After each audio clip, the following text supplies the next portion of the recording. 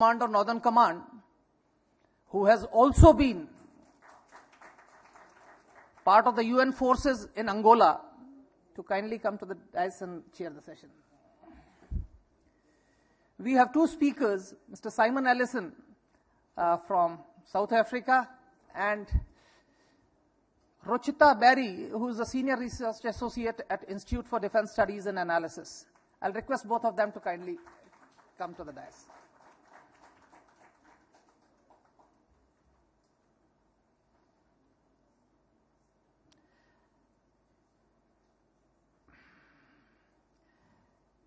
I'll now request General Parnaik to take over and conduct the session.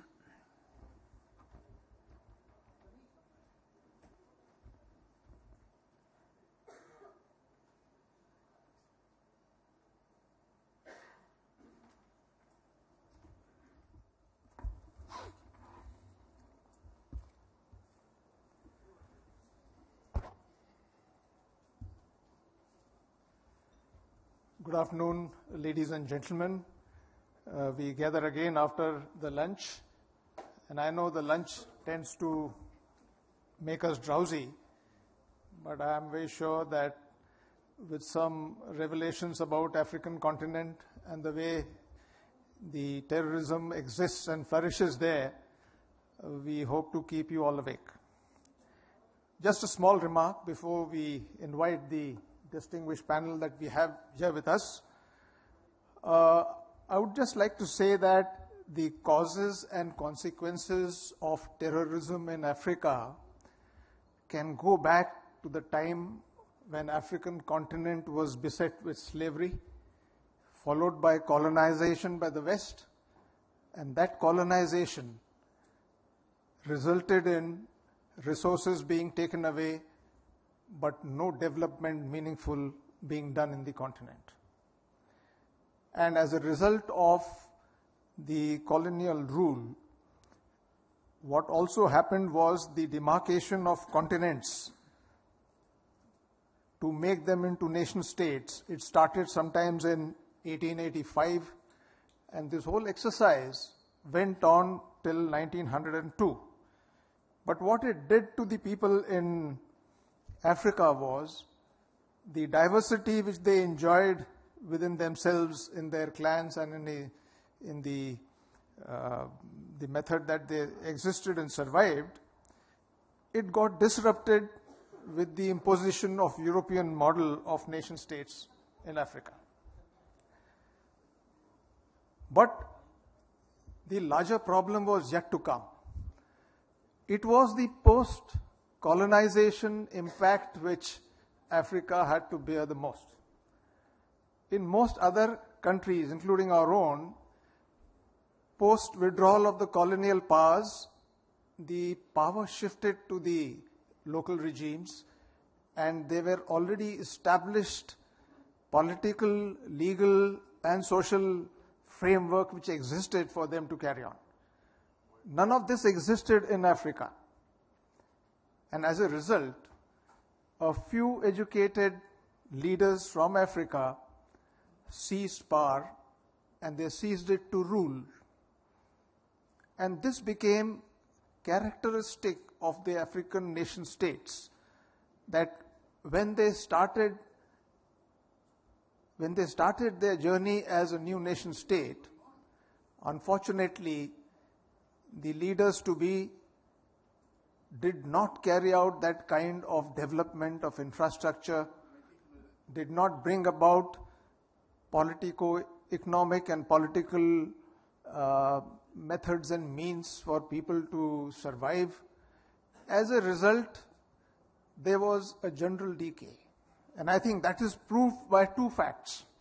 One, that most of these colonial states which came into being failed. They became failed states. And you had these failed states on eastern coast, starting from, I would say, Somalia, Ethiopia, you had Sudan, then across the Central and West Sahara, Niger, Chad, Mauritania, and again on the western coast, starting from Ivory Coast, Liberia, Ghana, a lot of these states went through military rules. So there were a large number of states which went to these coup d'etats. And as a result of this kind of happening in Africa, the development took a back seat. And I think it is this factor which actually resulted in extreme poverty, subjugation, suppression of population, and that ultimately brought about the frustrations. And it manifested in some of these areas in the form of terrorism. There are not too many groups in Africa who operate, but very prominent amongst them, the Al-Shabaab. Al-Shabaab in Arabic means the youth, which originated from Somalia and continues to be a matter of great concern for the East African states. In addition to that, we have the Boko Haram from Nigeria, and in the north and the west we have the Al-Qaeda Islamic Maghreb. Maghreb in Arabic means west. So this Maghreb was a concept which existed even during the Ottoman Empire. And the states along the Mediterranean in the North African continent were affected by the events that took place at that time. Therefore, when we talk of the Al-Qaeda in Maghreb, Islamic Maghreb as they call, it includes Algeria, which is one of the fountainhead from where the AQIM functions, and descends on the north part of Sahara. So you have Tunisia, Morocco, Algeria, and in the south you have Mali, Chad, Mauritania, and Niger. These are the three main groups. And of course, they are small factions. I'm sure both the speakers will be speaking a lot about that, so I'll skip it for the time being. I want to touch upon two more short things. One is that all these three groups are Islamic. They follow the Wahhabi Islam cult. Their goals and aims basically is to seize power in the country and to establish Sharia. They are targeting the Westerners, in some cases some Christian population. They are targeting the tourists, they are targeting the infrastructure, and they are actually both, Boko Haram and Al-Shabaab, have become nihilistic in their vision, and they can compete with ISIS for atrocities and killings the way ISIS has been going down. The second point is that these terrorist organizations in Africa do not per se have that kind of linkage and liaison with the main Al-Qaeda or the ISIS. There have been instances of allegiance with these groups, but we don't have the ISIS functioning here. In fact, the ISIS claims that the Boko Haram, which a faction of defected Boko Haram, when it joined the ISIS, they claimed North Africa as part of the ISIS West Africa group. But actually on ground, it does not have that impact. The last part is that how do we address this huge problem which is there in the entire continent? I think the UN missions which have been established in Africa over the years, there are almost 30 of them. 21 have closed, 9 are still running. And I'm afraid the success rate of UN missions is not even 20%. I had the privilege of being in Angola for 2 years, and I saw the mission failing. The UN has sunk billions of dollars in Africa, but because of the typical nature of the situation and conditions there, which will be talked about, we've not been able to resolve the issues amicably. The civil war in Angola continued for 11 years. 4 UN missions intervened. Still it went back to war. So is it in Congo. And so is it in some more areas. It's only the Americans actually who are overseeing the coordination of counter-terrorist operations, skill development, and capacity building there. And they are also providing some aid in terms of financial assistance to some of these countries. To get more about the terrorist organizations and to understand the dynamics of some of these countries, let me now invite the speakers. And the first speaker I'll invite is Mr. Simon. Thank you.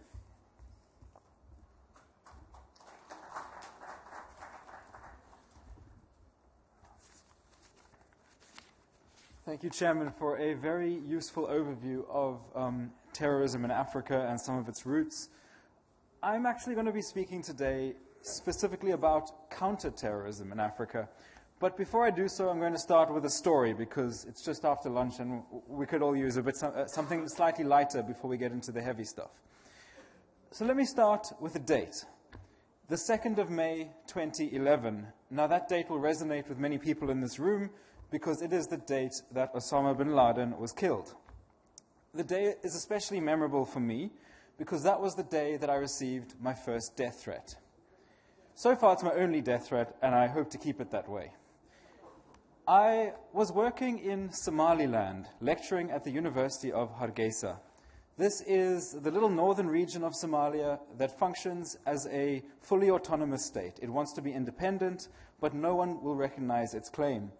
As Somalia goes, Somaliland is relatively peaceful, but it is also where many of Al-Shabaab's top leadership are from, including Ahmed Abdi Godane, who was the head of Al-Shabaab at the time. In the morning of that day in 2011, nearly 6 years ago now, the news of Osama bin Laden's death reached us. There were 5 or 6 of us foreign teachers, and we all lived together in a house that was near the main bus stop. We decided to cancel our lectures because we weren't sure if there would be any kind of backlash. Sure enough, there was a backlash. That afternoon, we received a death threat in the form of a text message.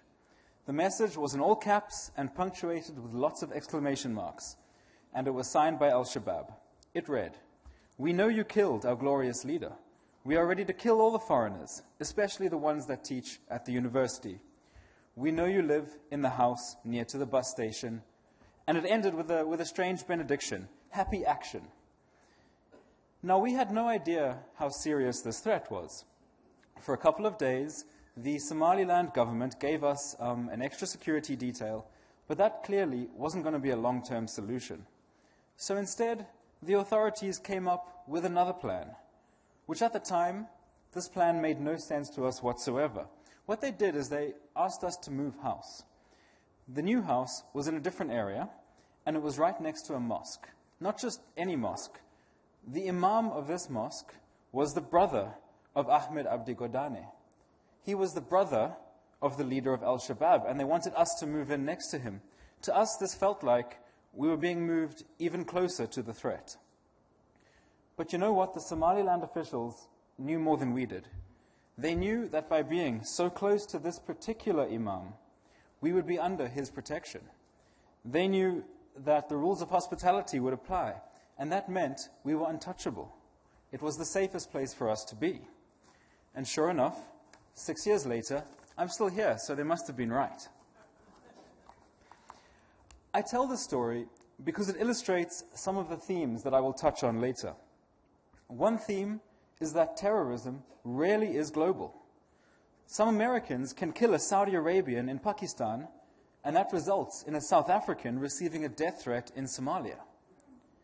Another theme is that effective responses to terrorism don't always involve more guns and more soldiers, especially in the African context.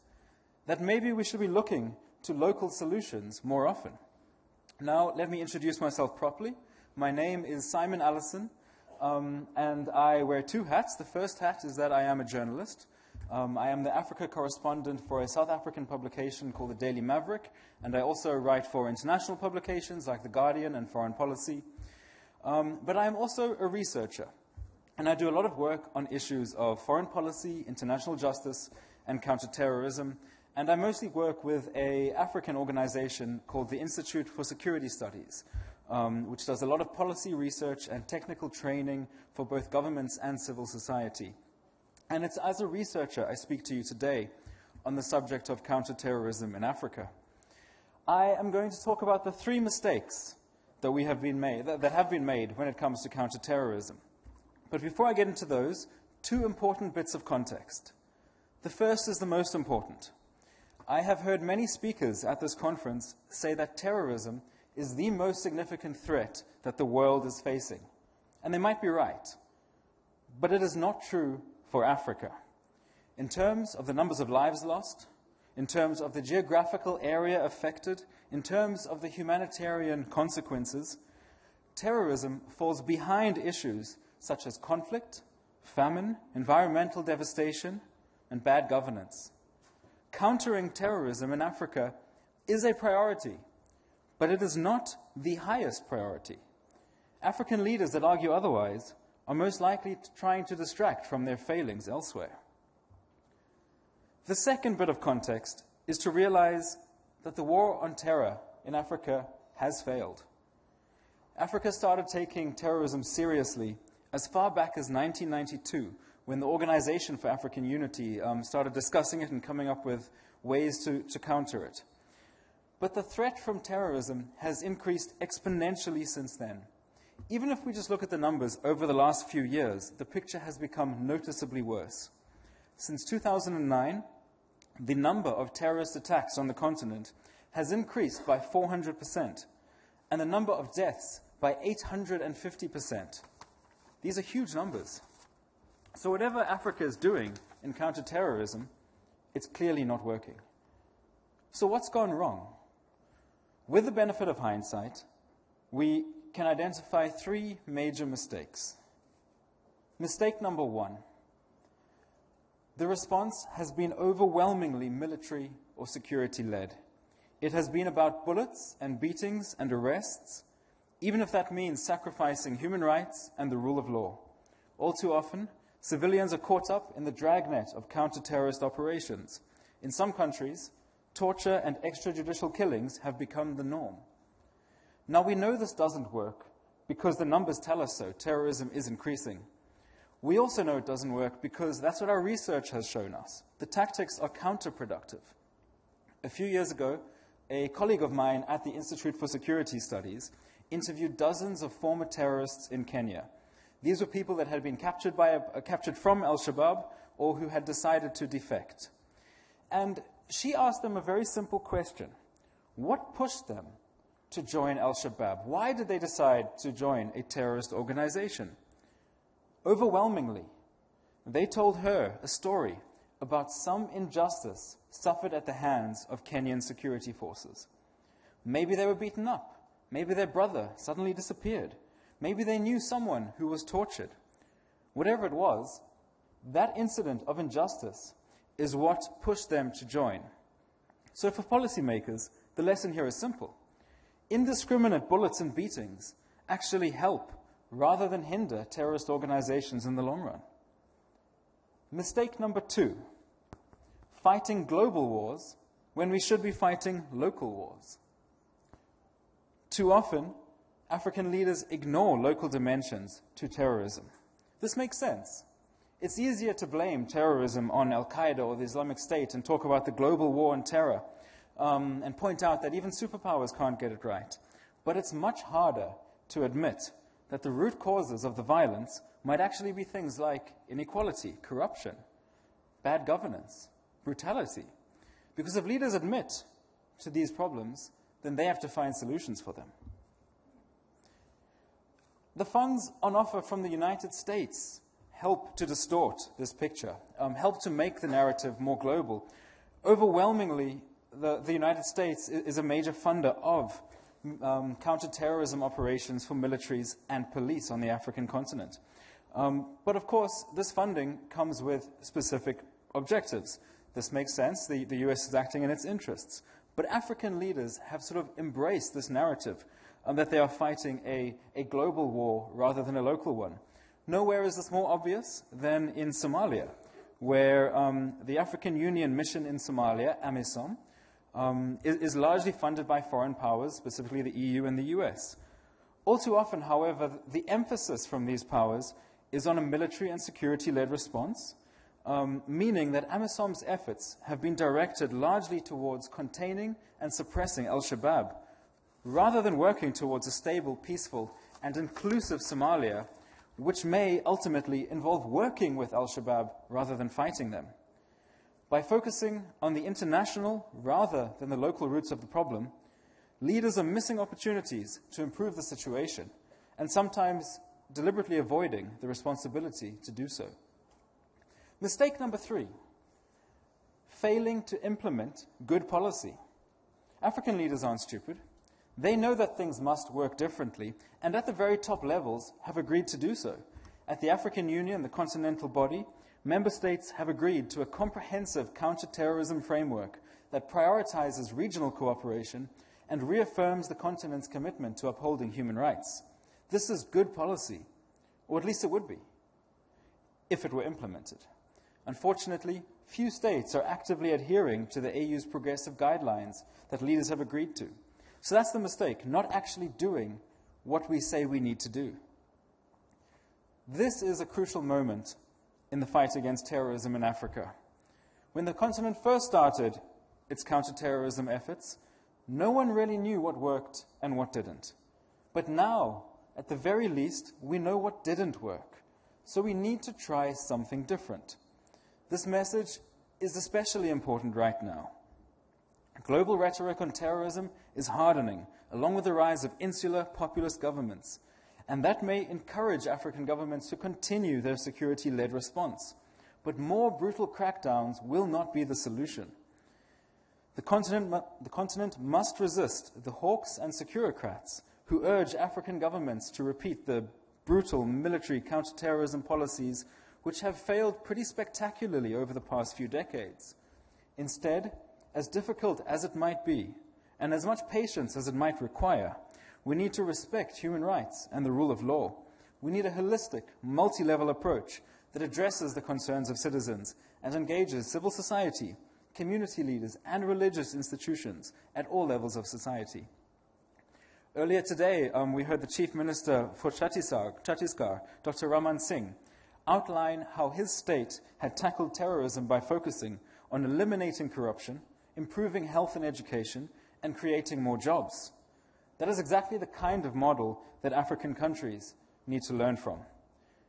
Thank you for your time today and the opportunity to address you, and I look forward to any questions.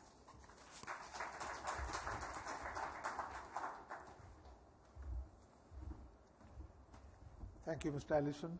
I think that was a nice and quick one, and he covered all those aspects which actually the local governments in Africa need to do to adopt different methods to tackle terrorism. More of it when we get question and answers. And now let me invite Ms. Ruchita Berry, who is a senior research analyst in IDSA. Madam.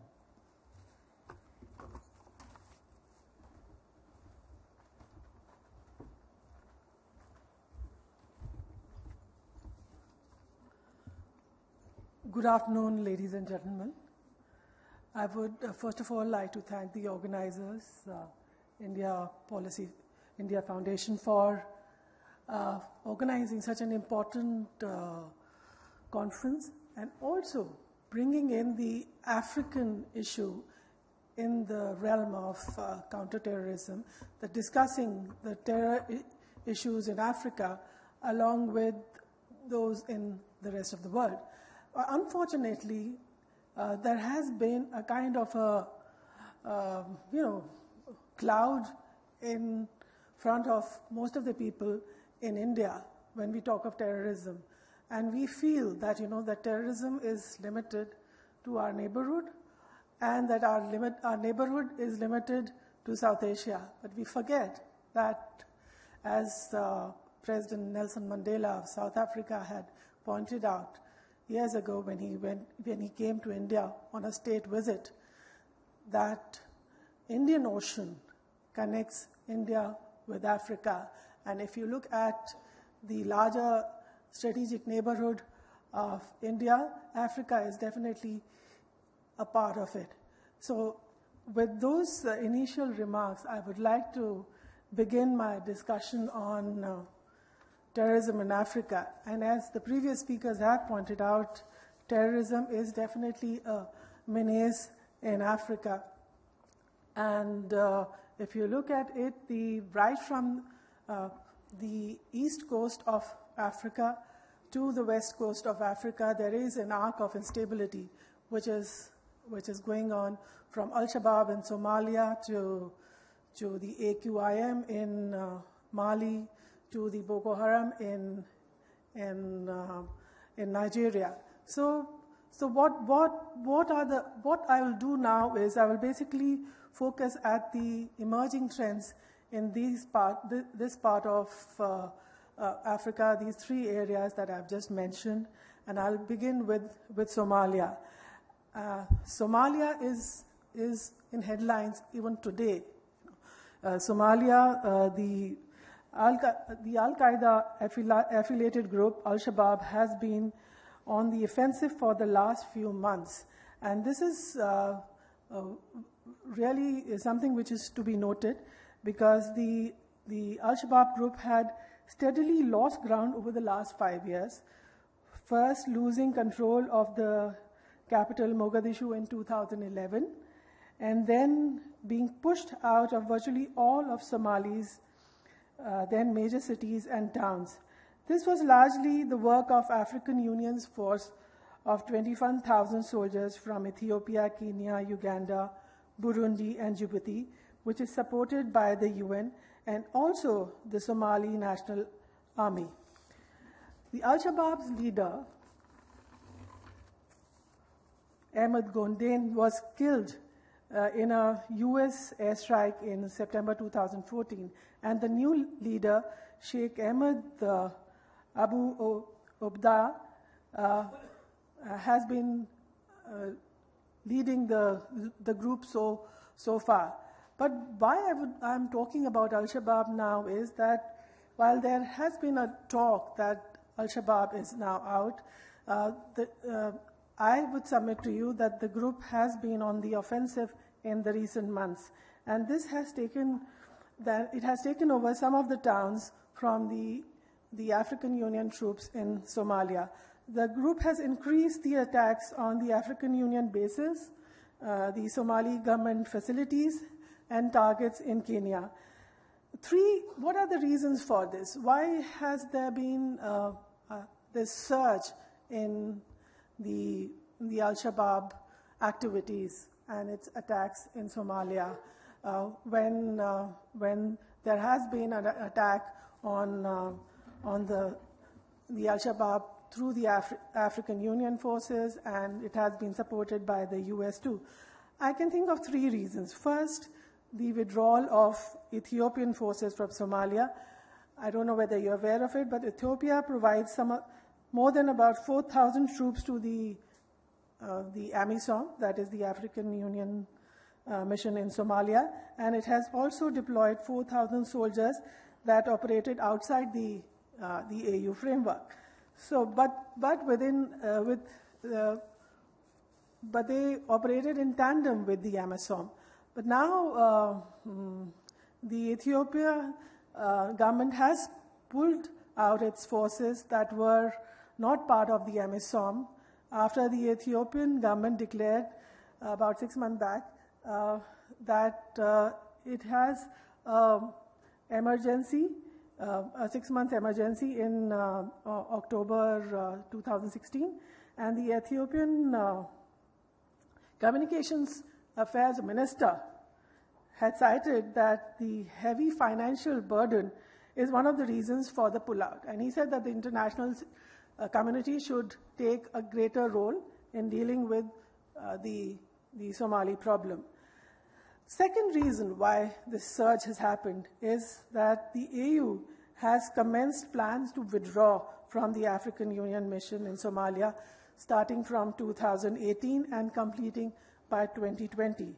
Uganda, and why has this happened? Because this was triggered mainly because of the fact that African Union itself can't fund these measures against the Al-Shabaab, all these counter-terrorism measures, they are hugely dependent on external forces, external powers like the European Union for funding their budget. And the European Union had announced that they are going to cut their budget for AMISOM by 20%. And this led to this announcement by the AU that they are planning to withdraw their mission from Somalia. And in fact, Uganda, which is one of the provider of peacekeepers in the AMISOM, has also said that it would pull out its contingent by the end of this year. And Kenya also threatened that they will withdraw their contingent if the European Union did not rethink its budget cut. So as a result, you find that there has been a surge in the Al-Shabaab activity in Somalia. And if you've been reading the news or have been watching the television, the latest impact of it is that yesterday an oil tanker was hijacked off the coast of Somalia. And from the reports that have come, they suggest that of about 12 of these crew members of the pirates which have attacked the ship are affiliates of Al-Shabaab. So the connection between Al-Shabaab and the revival of piracy is something which we really need to look at, because since 2012 there has been no piracy attack in the Indian Ocean region. It has been relatively stable, and so there has been a lot of talk of pulling out of the combined force which has been taking care of the counter-piracy missions in the Indian Ocean region. So I think there is a need to really look at the situation in Somalia once again. Secondly, I think the second area that we need to focus on is that of Mali. And in Mali, you find that there is another new development, which is again alarming. And why is it alarming is the fact that in Mali, the various groups which form part of the extremist organizations which have been tormenting the civilians in the neighborhood have joined up. They have ganged up and come up with a new outfit which brings the four terror organizations in that part of the world. The Al-Qaeda in the Maghreb, Ansar Dine, the Ansar Dine's military wing, and one more terror organization. They have brought them all together. And so they are coming up with a unified force in dealing with what they call the injustice against them. And what is more important is that they are aligning with Al-Qaeda leadership. In a video which was released recently, the leader of the group has pointed out its allegiance to Al-Qaeda. So all that talk of Al-Qaeda being down and out is something which we have to really rethink. I think there is a re-emergence of Al-Qaeda in the region, and that is very clear from what is happening in Mali. And even in case of Somalia, what I need to point out, another fact is that the concern of rise of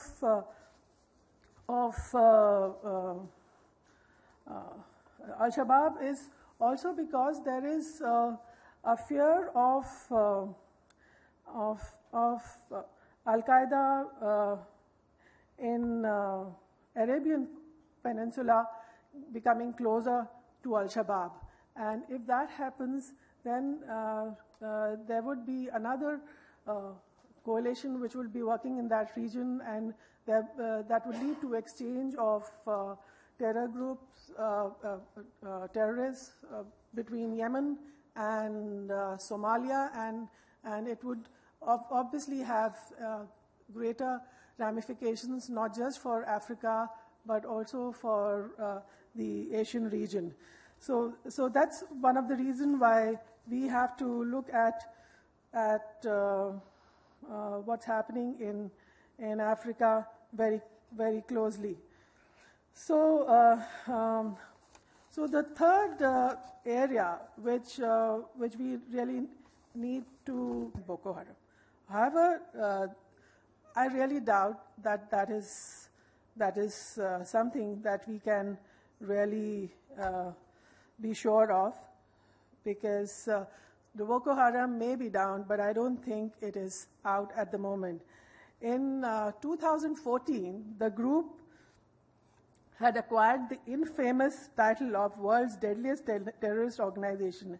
And in the last 7 years, under the leadership of Abubakar Sekau, Boko Haram has overwhelmingly targeted civilians. And in the last 7 years, Boko Haram has caused the death of 20,000 lives, displaced 2.6 million people, created 75,000 orphans, and caused about $9 billion worth of damage.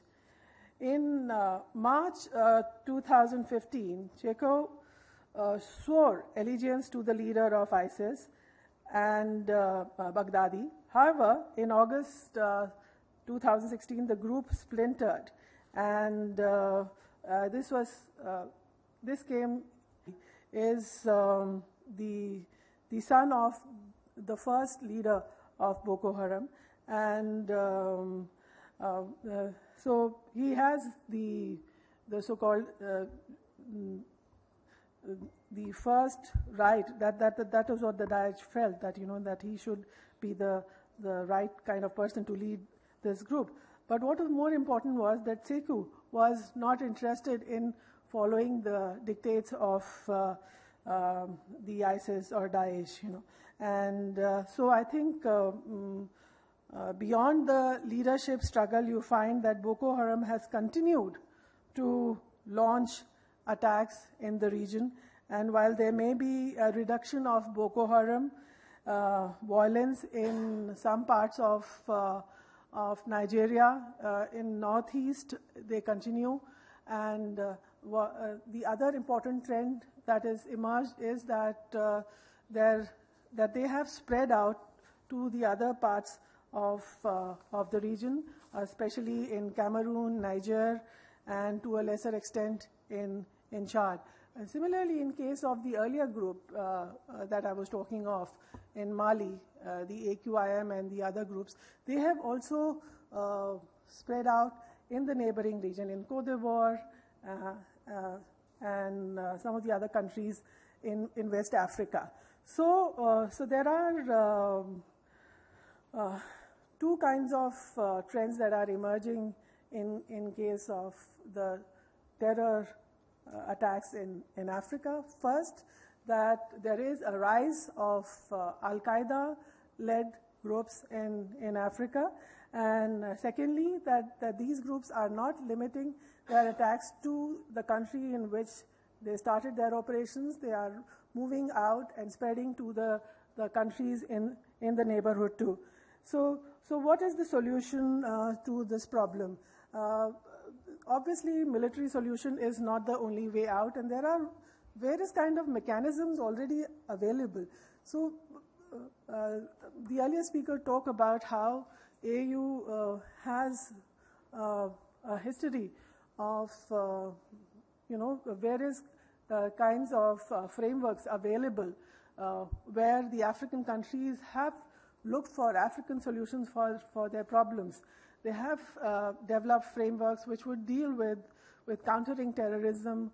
But let me give you one example. In 2004, the AU came up with a protocol on countering terrorism, but it took them 10 years to ratify this protocol. And there were only 15 states needed to ratify the protocol, and it took them almost a decade to ratify this. So this only shows that, while there has been a lot of talk by the African countries in terms of finding the African solutions to their own problems, they have been very slow in the implementation front.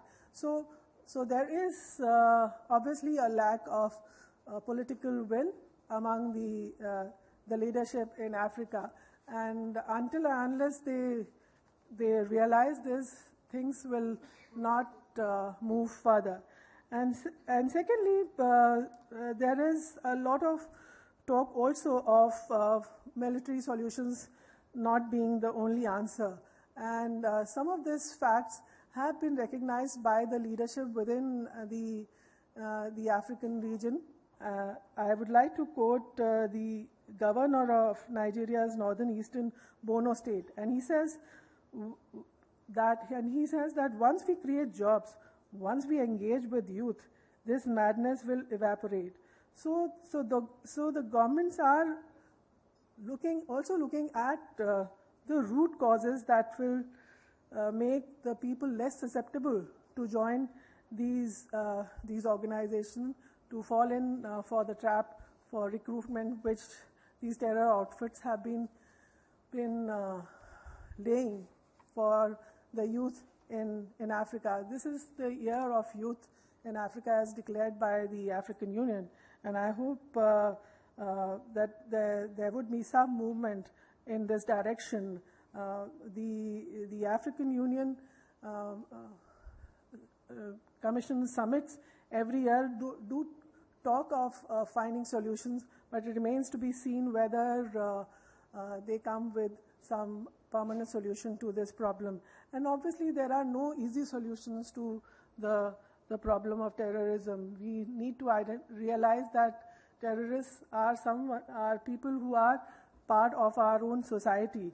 So looking at the root causes is equally important than military solutions. Military solutions may resolve the problems in the short term, but in the long term they'll have to look at the root causes of the problem. Now, finally, I would like to bring to your notice the fact that India has been in the recent years engaging the African continent in a big way.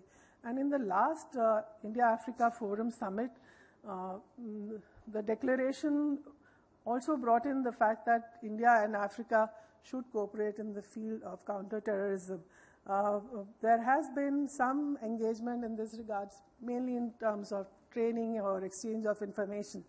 But Indian leadership continues to feel that there should be there is scope for greater cooperation between India and Africa on these issues. But I don't think this would be possible until and unless there is a debate within India on these issues. How many of you are aware of the problems of the terror situation in Africa? Until and unless the civil society within India thinks of the countering terrorism and also thinks of the terror issues within Africa as relevant to India, would be only then we would see some kind of movement. The government to government level contacts and cooperation are one way of resolving this issue, but ultimately I think it's the people of India and Africa that we'll have to look at cooperating with each other in future. Thank you. I'll stop my speech here, and I'm willing to take any questions and comments.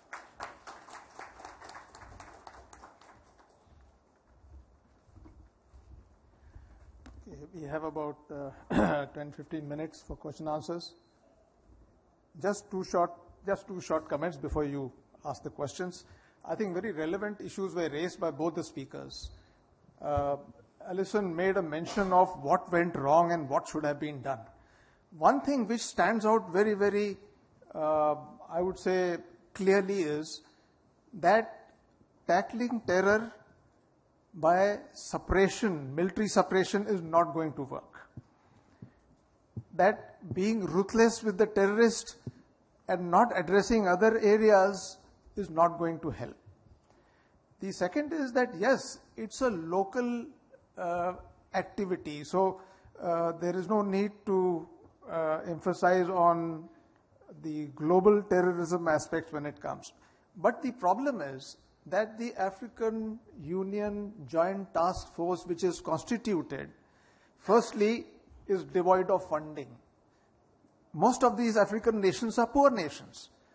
So who's going to contribute those funds?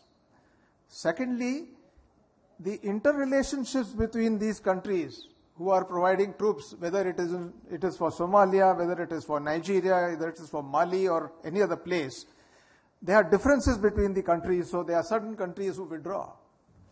So the AU finds it very difficult to sustain a joint task force, a multinational joint task force, to address a problem for too long. And they always look backwards to ask the UN to help them. We have seen it. When I was there, I understand that this used to be a huge problem, but the UN would bail them out, but not for too long. The last point which Ms. Berry made was that we have to find other ways. Definitely, I think when you look at our own situation, what we are doing in J&K and Northeast, I think our armed forces have evolved this strategy, and it has been spoken of in many forums. It's been talked of, which calls itself as an iron fist and a velvet glove. So the iron fist is meant for the terrorist, and the velvet glove is meant for the population. But if in your attempt to try and subjugate the terrorist, if you are going to hurt the local population and they are going to suffer, then this problem is just not possible to resolve. The Indian experience can lead us to a lot of methods by which we can share with the Africans. But let me also say in the breath that as a policy, we have had a lot of African students studying in our universities. We have got a whole lot of African gentlemen cadets who come to our academies in NDA, IMA, OTA. And believe you me, all those who have passed out from the portals of our academy, they have great respect and they understand the way Indians function. So we have a method of relating to some of, and most of these people who passed out from here are either heads of the nations or they are heading their armed forces. They are in important positions. So this little linkage can be used. India also has a Center for Peacekeeping Operations, which is in Delhi itself, in USI, and a lot of training and a lot of instructions are imparted to all the foreign armies who take part in UN. India is one of the largest contributors for UN missions. I will halt there and give you the opportunity to ask questions. Okay. Yeah, please give him the mic.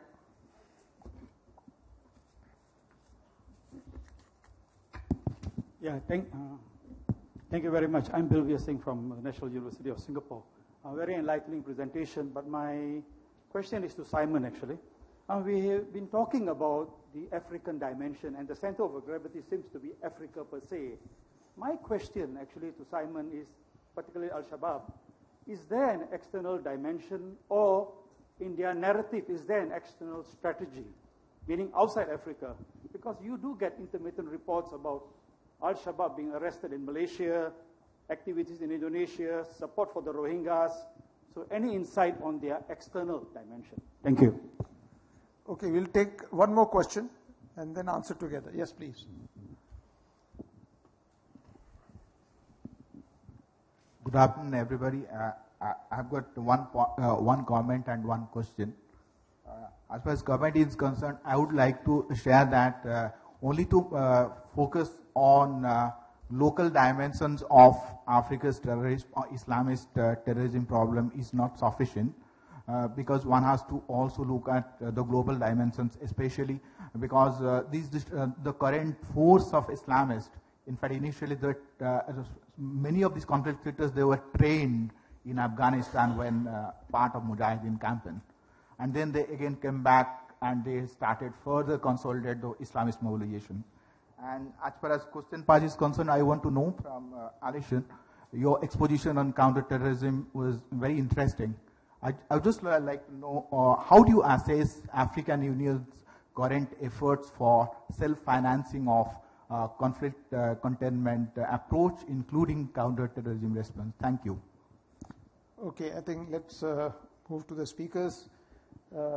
Alison, I think you take that on.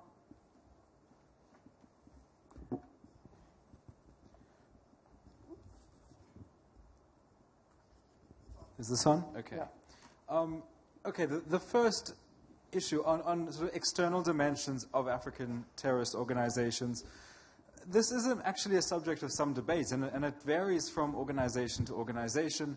Over the last 2 or 3 years ago, I think, that there was a spate of African organizations declaring their allegiance to various international organizations, and it was quite a big propaganda effort.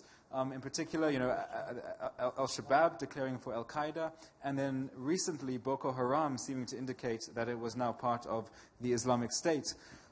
For Al-Shabaab in particular, those external links exist, but more in the form of sort of support and tactical advice, etc. There actually is very little direct control that Al-Qaeda Central has over Al-Shabaab. And even within Al-Shabaab, there is disagreement about how much the organization should identify with global terrorist organizations. It's been a big sort of factional battle within Al-Shabaab over whether to support Al-Qaeda or the Islamic State, and then whether to support anyone at all. And recently there's actually been an offshoot of Al-Shabaab that has broken away from the mothership and has declared for the Islamic State. But really, I think overwhelmingly these associations, while they may have a few small practical benefits in the day-to-day operations, overwhelmingly they are about the propaganda value. And it really does work, when you have Al-Shabaab saying, oh no, now we're not only Al-Shabaab, which is scary enough, but we're also Al-Shabaab and Al-Qaeda, it really adds gravitas to their propaganda efforts and their recruitment efforts. On the subject of the African Union's attempts to self-finance, that's a really good question. And the African Union, aside from peacekeeping, its day-to-day operational budget is funded to the tune of about 80 to 90% by the European Union. Because many member states don't pay their dues. The dues that are paid are not sufficient to cover the basic running costs. We're not talking big peacekeeping efforts here. We're talking, maintenance of the headquarters and printer paper and flights, that kind of stuff. So the African Union really has a very long way to go before it can fund basic running costs, never mind to fund major expensive peacekeeping operations. That's why there really is only a couple of African Union peacekeeping operations on the continent. One is the African Union mission in Somalia. The other major one is the hybrid effort in Darfur between the UN and the African Union. Both of those African Union contributions to that are in the form of providing troops, etc., but the financial backing comes from largely Western countries. And occasionally, I think China is starting to contribute a little bit more, but really that Africa cannot afford to pay for these kinds of things itself. Thank you. We can take one last question. Okay. There, sir.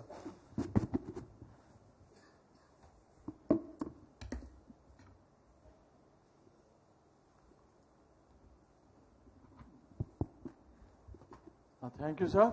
I'm Commander Batra. My first question to you, Chair, sir. You talked about Maghreb, but maximum refugees are going from Maghreb to Europe. I fail to understand what is the basic reason. But what also is known that European Union today is trying to send the refugees back and funding their local thing in sort of Peace Corps manner of USA. I think it's successful. My second small point is, about the African countries governing themselves. Is it continuation of white man burden with the black leaders? Thank you, sir.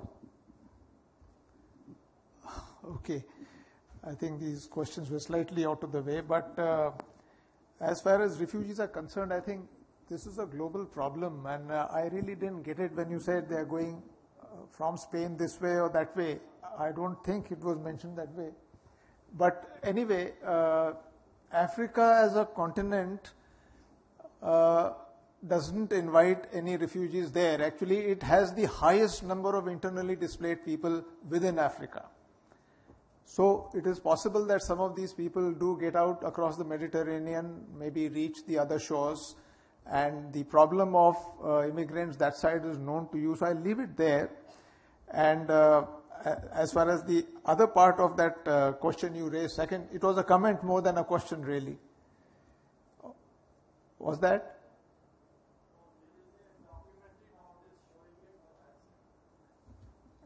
Okay.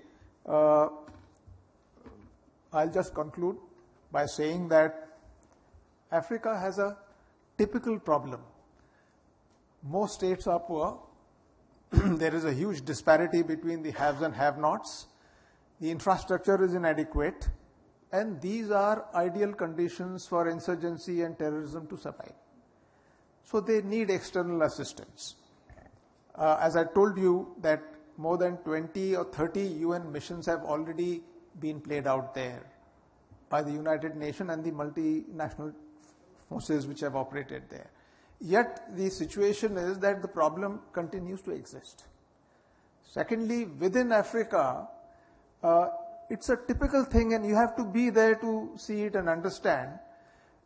In one instant, they will backslap and be brothers and talk well of each other. They can turn their backs and be the best of the enemies after that. I'll give you a small example. In Angola, when the mission was failing, one of the UN aircrafts was brought down. We went to the president to ask him to allow us to reach the aircraft to find out what has happened. We have lost about 30 odd peacekeepers. And he said, matter of factly, he said, well, Colonel, he says, we are Africans. When we are friends, we are friends. When we fight, we just fight to eternity. And we said, is there a small opening that you can stop the fighting and allow us to go there and recover our people? We need to, because all these countries are asking us. And his answer was, he says, well, you try and get there. So it's exasperating sometimes. So within themselves, they have this kind of relationship. Maybe it's the tribal affiliations and that notion comes from there. But they definitely need external assistance to tide over these problems. We will finish here, and I think we've just crossed our time. Maybe on the sidelines we can talk to you.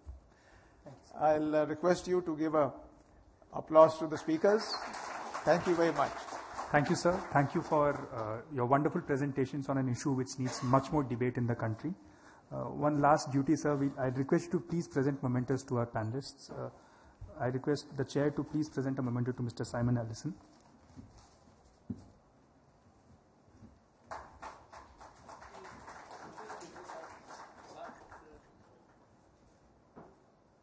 And I request the chair to please present a memento to Ms. Ruchita Beri from IDSA.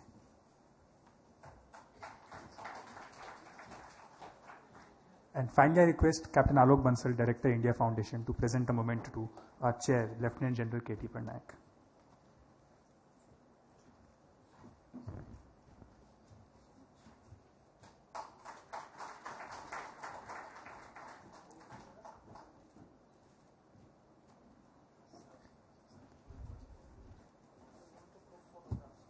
Please remain seated. We will start with plenary 3 on terrorism in Southeast Asia immediately.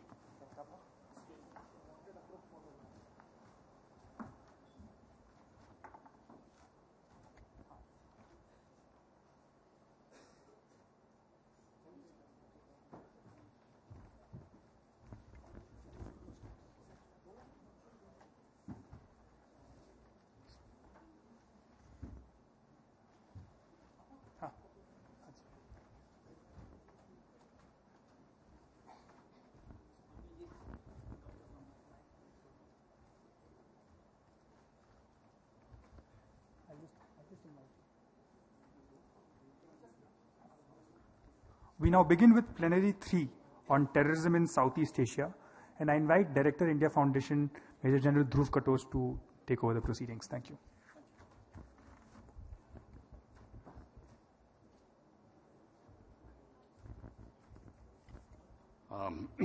Good afternoon, ladies and gentlemen. We'll shortly be beginning the session on terrorism in Southeast Asia.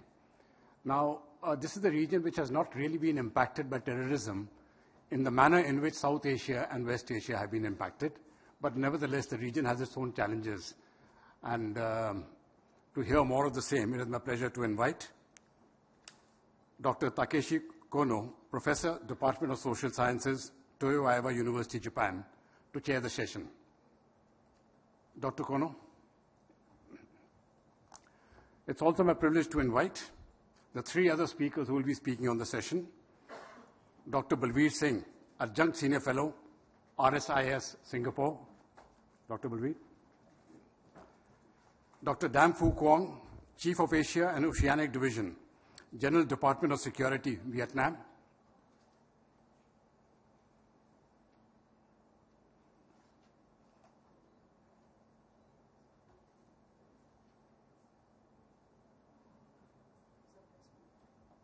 Okay, he's not there? Right. And Colonel Hamidin, Director for Prevention, National Counter-terrorism Agency, Indonesia.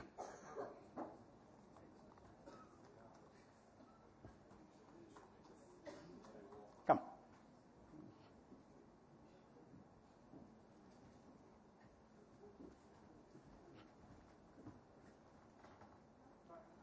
Right.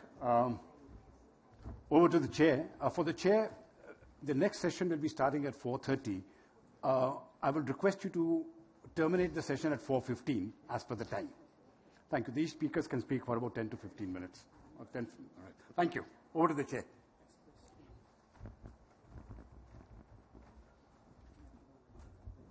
Okay, good afternoon. My honor to chair this session on Southeast Asia.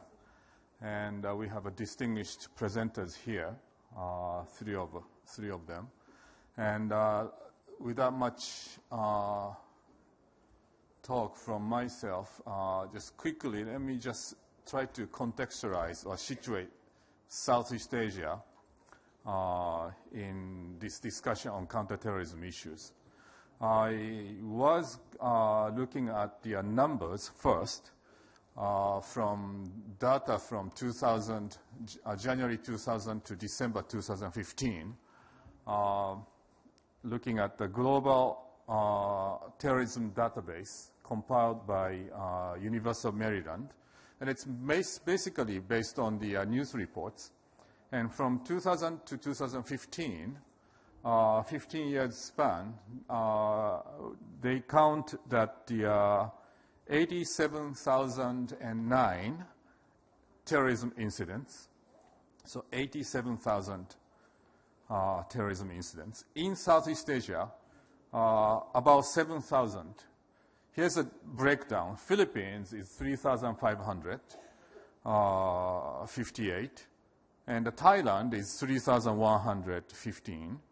And Indonesia is just 500. And Malaysia is 39, and so on. So the quite dominant number come from Thailand and the Philippines.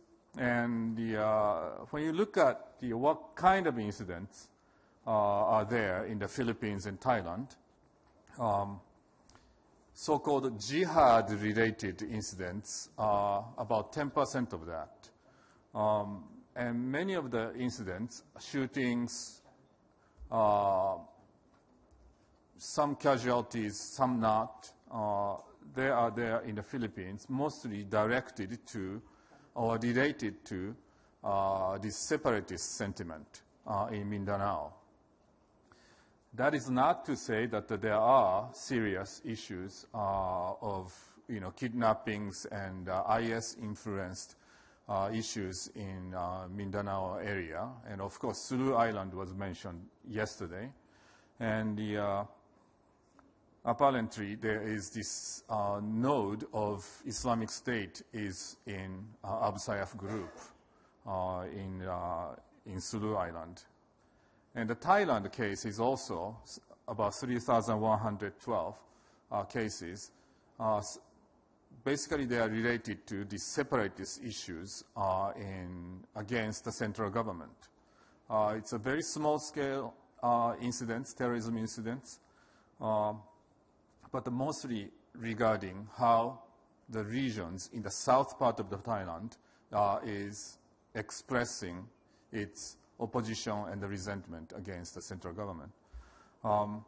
It doesn't mean that there is an influence from international elements which transcends from outside of Southeast Asia to southern Thailand. And Indonesian case, of course, the most famous one was 2002 bombings in Bali that killed 202 instantly. And there was a series of bombings in Indonesia. And I was there in the Japanese embassy at that time.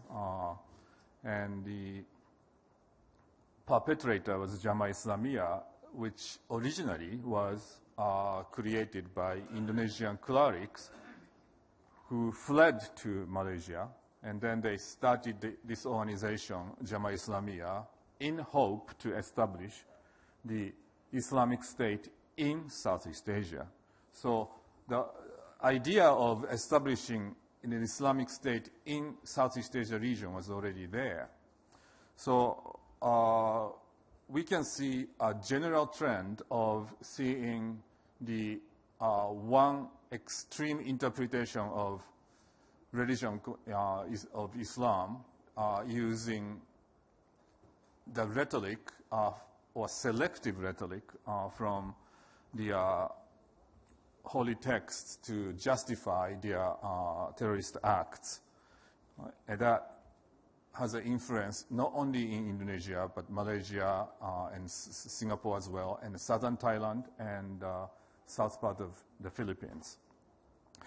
The second element is the point that I want to make is it's interesting to notice that yesterday the coordinating minister Wiranto was talking about Katiba Nusantara. That's a group consisting of people from Southeast Asia getting together and fight in the name of Islam in Islamic State in Iraq and Syria. And if you trace this grouping of Southeast Asians, it's not just what we see in current Syria and Iraq, but in Afghanistan conflict, there was a group. They tend to congregate together, Malaysians, Singaporeans, Filipinos, and some from Thailand and Singapore. So they don't really mix up with other or Arab fighters. So they tend to congregate together. So it is important to see their grouping tendencies as Southeast Asians. And the final point I want to make before going too much on this is that eventually they will come back to their home countries. And it could be sooner than we think. And some have already left, and some are already back. And I'm sure our colleagues will mention some of those groups. And what to do with these people when they come back. And there's one debate, serious one, going on in Europe, whether we should understand this issue of terrorism as the Islamized radicalism or radicalized Islamism. And radicalized Islamism was easy to understand because it was Al-Qaeda. They are very secretive. There was a foundation of understanding of Islamic teaching, and then it has been radicalized. But we've seen quite many people who are not very familiar with the teaching itself, but they are radicals, but they use Islam on top of their radicalism to act, to kill. And so that's the Islamized radicalism trend. So there's a tendency from the radicalized Islamism and then to Islamized radicalism. So we have to deal with both at the same time. So this is a difficulty of counterterrorism issues. So with that quick note, let me invite the Dr. Bilbasin to give a presentation, followed by Pa Hamidin and then Ambassador Dan Fuchon.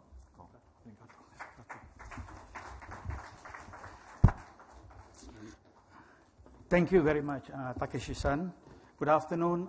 First and foremost, compliment and congratulations to the organizers, India Foundation and the Haryana State Government for this wonderful conference. And I'm really greatly honored to be here, not just for the conference, but to be part and parcel of this very august audience. Number two, I think a lot of the things I want to talk about has been preempted by the speeches of Minister Shanmugam and Coordinating Minister Viranto. So what I intend to do today very quickly. Number three, the chairman is from Japan and he said do a bullet express train, so we have to rush. Okay. So what I'm going to do is two things very briefly. First thing, in the light of yesterday and this morning's discussion, talk about certain universal dimensions of counterterrorism conference in general with regard to Southeast Asia and what does it mean. Number two, I'll look at a more granular dimension with regard to the region. I actually got only a few slides, but 3, 4. I've got two main ones which I want to share. So the first point, there's been a lot of talk about CT. Now I think the most important thing which comes out in this conference and in general is how do we walk the talk? And I think it's something very similar with regard to the Southeast Asian region. This is a very old problem. Our problem predates Al-Qaeda, ISIS. We go back, just like India is a laboratory of counterterrorism and terrorism, ours too go back to the 40s. So yes, now there was this notion that my region is a novice. I think there's a lot to learn from each other, and especially the nexus between South and Southeast Asia. That's one. Number two, the phenomena is highly complex. If you are looking for a linearity as far as this is concerned, you're going to get it wrong. The process is complex, and this is going to take a long time. It's going to be generational. It is not. No, not yet, please. It's generational.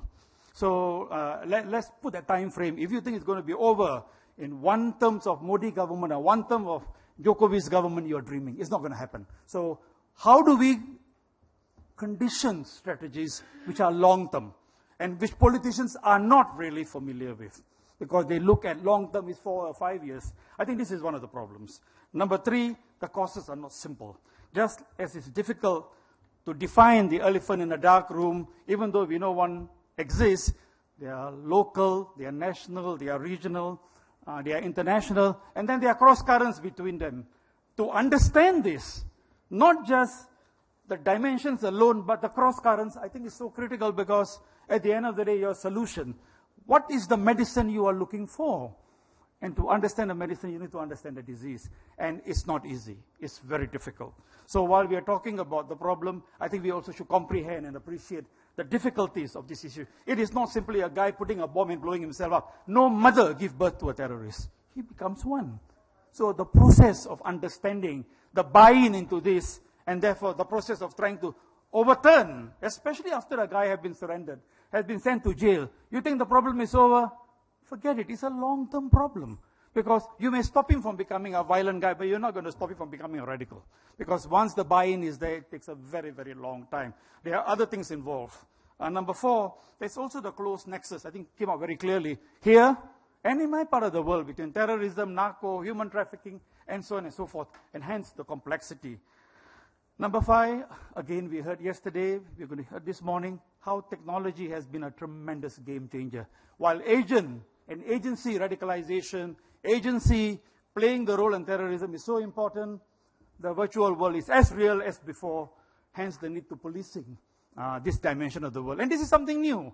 The terrorists are out there long before we are there because of the virtual reality which exists. And today technology has been used by them at a premium and very cheaply. They are able to turn around people so fast that by the time we reach there, the game is over. So I think this is the dimension which we also need to understand. At the same time, while counterterrorism is critical, both hard and soft measures are important. We heard about this yesterday, last night from the actual practitioner. Eventually, I think it's clear, and that's why we are here, look, friends, we need to collaborate. Look, we need to cooperate. Look, we need to collude.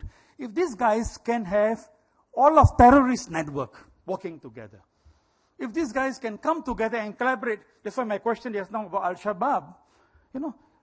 Continental difference is no difference. Sorry, what the hell? Why can't we collaborate and cooperate? How come for us sovereignty and borders are so important? Why can't we have all of states program? This morning, the Chinese speaker was talking about United Front. Look, we need that because one, no one can take care of the problem alone. Two, the problem is extra-national. But look, the measures also need to be extra-national. And the reason why we've been fighting this for so long and we are still failing is because we just do not want to cooperate, cannot cooperate for a host of reasons. Until we don't get that, we will always be behind the curve as far as these guys are concerned. So let's stop talking and start doing something. I know it's easily said. We are scholars, we talk about it, but I think the practitioners need to up the ante too. Otherwise, we are going to keep reading about more bombs and more bombs and more bombs. I share a brilliant talk by Mr. Akbar yesterday. Shared peace and prosperity can only be achieved through shared threat. We need to buy into that. These guys are a threat. And at the same time, the shared measures are necessary to fight because we are fighting for a shared peace and security. Until we don't agree on that, 1,000 angels coming here and telling us about the threat of that and the threat of that, it's not going to make any difference. Because at the end of the day, we're going to go back to our little cocoon, and they are going to go back and blow us up. Then we have another conference organized by India Foundation. One more time, what happened? Come on. How many 100 conferences have we been through? Let's be honest. I lost count. Must be hundreds. So I think how to do that, I do not know. I do not know. You can cry. I do not know, but we need to do something. In a borderless and globalized world, the notion of good and bad terrorists is a misnomer. It's a mistake. It's an insult. Insult to humanity. So we need to speak with one voice because these are evil people. They are out to destroy the innocent. To destroy anyone is wrong. And yet, states use it as a tool. These guys are able to get away with it. And until we do not move away from that narrative that all of them are bad, as somebody said this morning, even if they are good for a short term, they're going to come and hound you tomorrow. They're going to come to hound you tomorrow and you're going to pay a price. Therefore, there's no such thing as one man terrorist, another man's patriot. One man's terrorist is an evil to mankind and full stop. If you don't accept that, then be prepared to mourn the loss. Now, lastly, finally, in today's context, I think Takashi-san said something, and I think it's very important with regard to my part of the world. I think it's also your part of the world. We need to be sensitive to what's happening around the environment because these things are real. As we are talking today, things are happening, especially the Middle East, the epicenter. IS fighters and Al-Qaeda fighters there. For my part of the world, the Jabhat al-Nusra fighters. Now, they're going to come back. They've been pushed out. The West is doing a great job of pushing them out, but that's not the end of the problem. It's the beginning of a new problem. Just like the end of Mujahideen in Afghanistan started a new problem, which we are still grappling with nearly 30 years later. They're going to come back. Trained, fortified, connected, experienced. Beware of the next fight. It is going to be here, on your home front and on my front. Number two, they are the returnees. Bapa is going to talk about the returnees. And in my part of the world, many have come back. You know what is the most frightening thing? Many of them come back. We don't even know they have come back, and we don't even know they've been there. But this is the fear, the frightening thing about these guys. Number three, many are here. They did not go there. They were inspired by what happened. So the inspirees. And these guys want to become the wannabes. And they have been doing things all over the world, including in my part of the world. I'm sure including in your part of the world. And then there are many who are actually already here, pre-AQ, pre-IS. And they've been jumping ship from one group to the other. In the case of Indonesia, they've been around since the 40s. The Darul Islam. And it's the mother of almost all terrorist groups. They are here. So we are not talking of something way far away out in the moon, So what is going to happen to all this group and what are we going to do about it? Now, the final thing before I go to my presentation, very short one, Al-Qaeda is not over. I'm sure you know that. And we are so fond of talking of the new flavor of the month, IS. But Al-Qaeda, they are waiting. They are around. They are active in my part of the world. They are active in your part of the world. The fear is, with ISIS down somewhat, don't forget, ISIS came from Al-Qaeda. Al-Qaeda came from the Mujahideen. Mujahideen came from somewhere. So these are the best learning organizations in the world. They are so adaptable. To them, the mission is what is most important. They're going to come back. They could come back alone. One is going to overtake the other. Or, as they are good at, they're going to metamorphosize and become a new monster. So, are we prepared for the next fight? If we are sitting down here to prepare for the last fight, good luck to us. I think we should put our brains together and fight. What is the next fight all about? Now, finally, breaking news. Well, not so much breaking, but it's interesting. About 2 months ago, we thought the Amir of Philippines died, Hapilon. He have not died. 24 hours ago, there was a report that the Amir of Katiba Nusantara died. He has not died. 36 hours ago, there was an Indonesian suicide bomber in Syria. It shows that fight is so real. As we are talking, this issue is really going on. Ladies and gentlemen, my friend, the complexity, the slide please. Oh, very quickly, 2 examples, one Myanmar and the next one Philippines. I mean, the problem in my part of the world, just like yours, is historical, is persistent, is complex, and there are nexus of different kinds. I think, I don't want to go into detail, we can have, if there's Q&A. That's the way it is. And there are so many groups. If you look at the Myanmar thing, you think it's so simple, it is not. Next one. This is even more complex. Look at the Philippine one. I'm sorry, it's too small. You know, has been going on there for literally 300 years.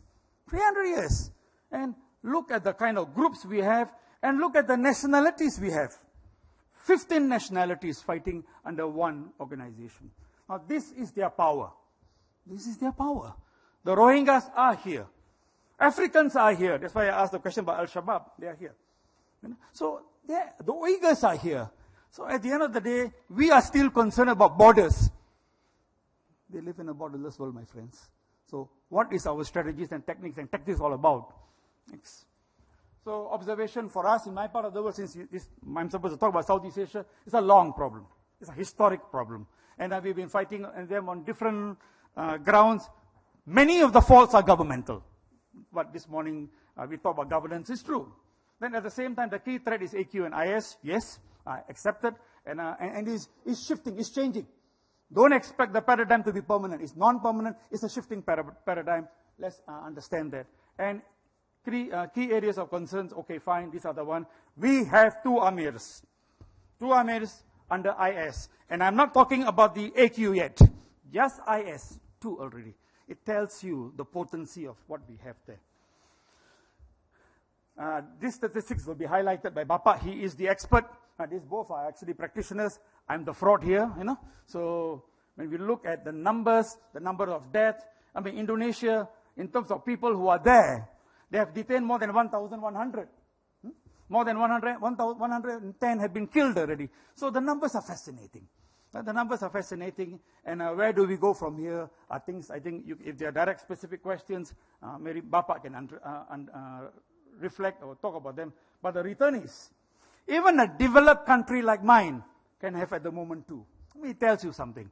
How does someone from a developed country, benefiting from everything, can join ISIS? Similarly, we had people joining Jamaat Islamiyah, Al-Qaeda. We had nearly 67 who were detained in my country. So this is a phenomena which no one is immune from. It's not poverty, it's more than poverty. It's poverty plus. So comprehend that, and I think then we can move forward. Next, please. I think this conference is about CT. Yesterday, Pak Wiranto, my minister, talked about, at the end of the day, we need a combination. Sure. The combination is what? We have a whole thing. My country operates from zero tolerance.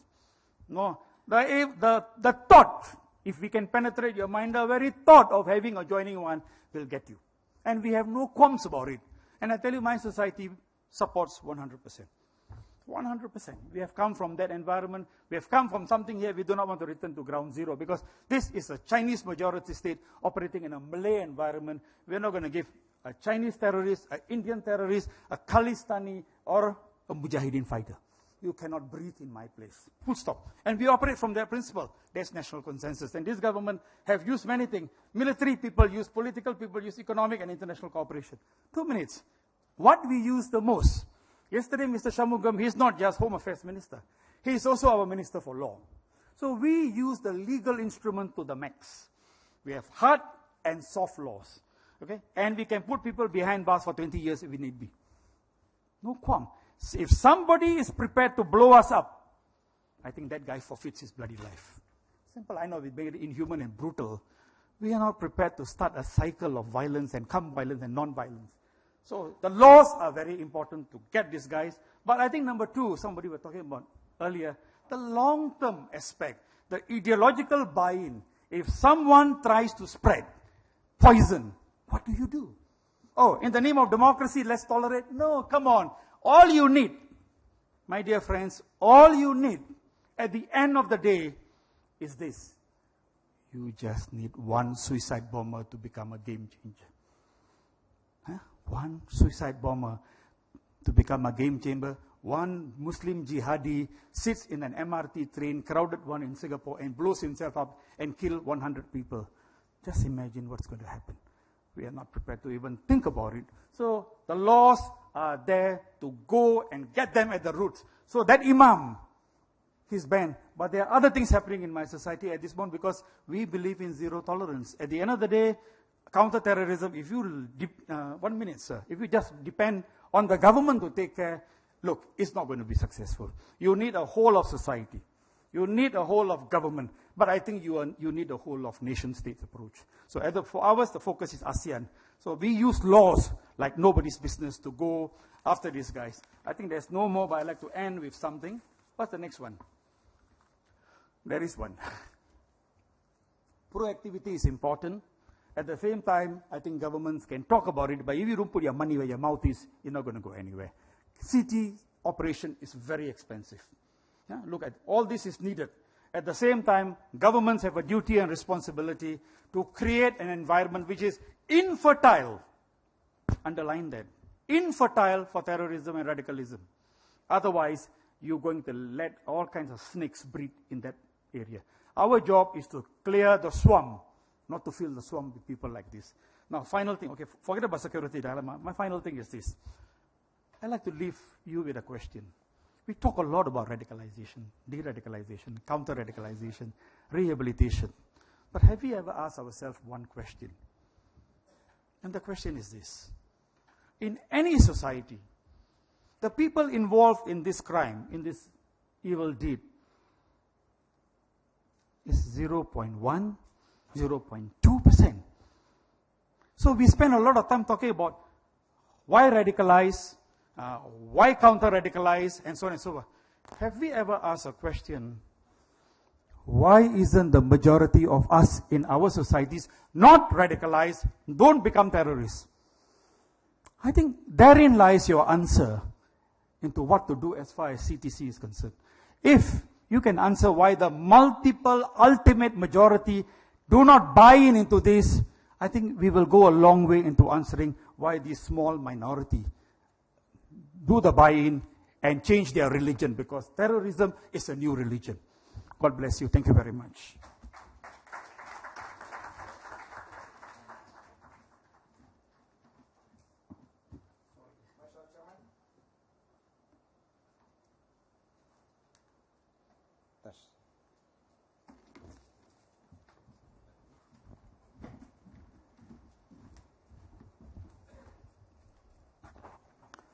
Mr. Chairman, ladies and gentlemen.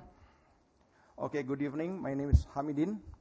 I would like to say that basically I am a practitioner.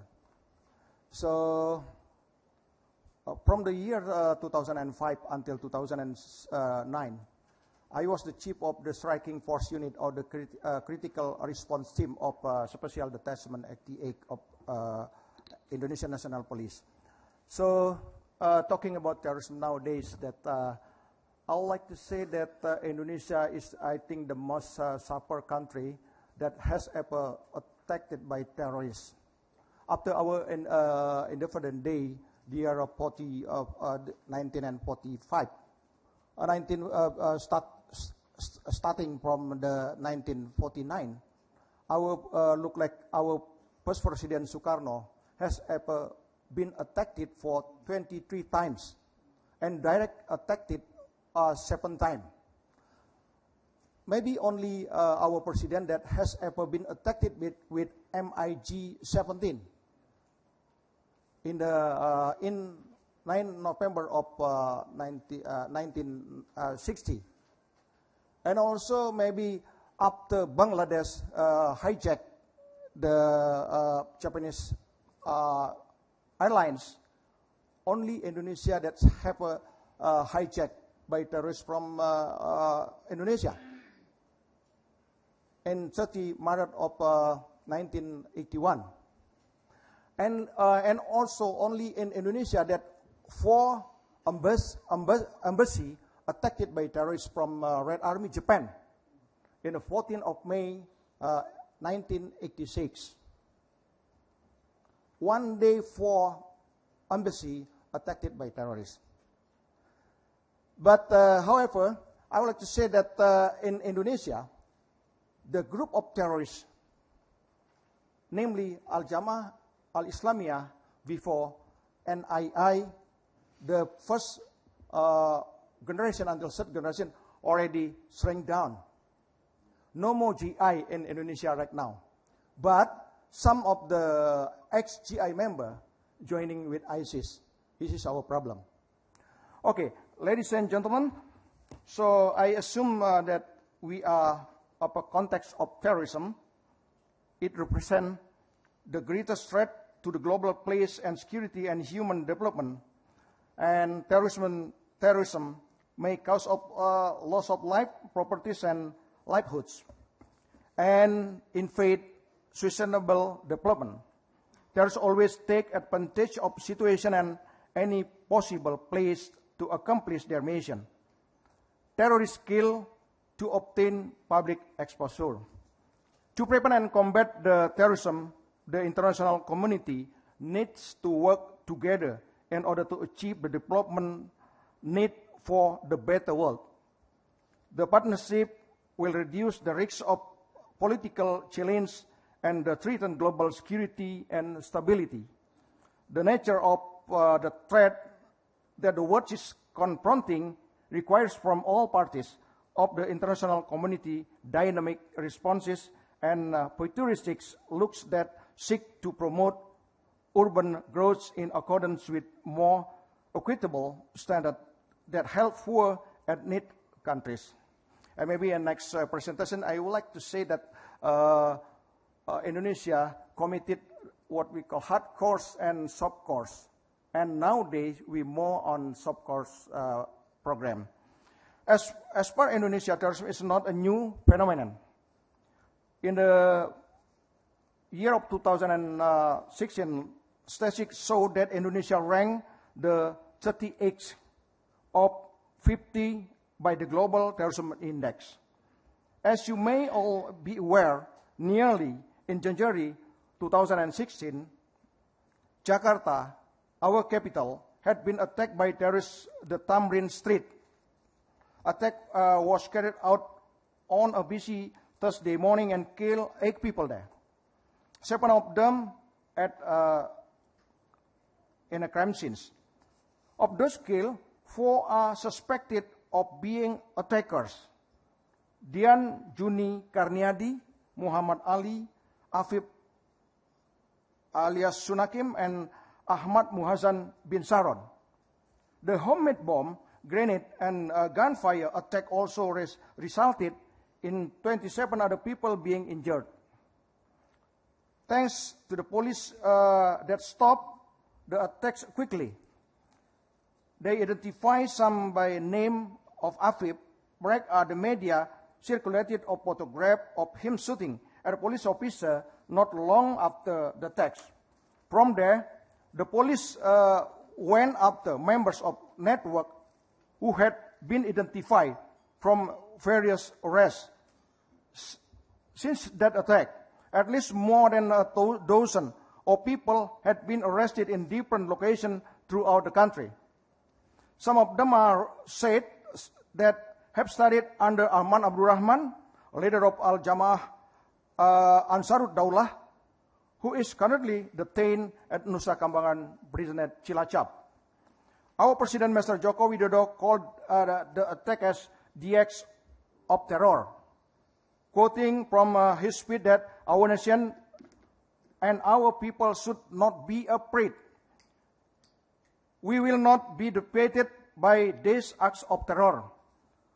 With that spirit, the President of Jakarta and most of Indonesian citizens campaign, "We are not afraid," to social media with the hashtag "Kami Tidak Takut."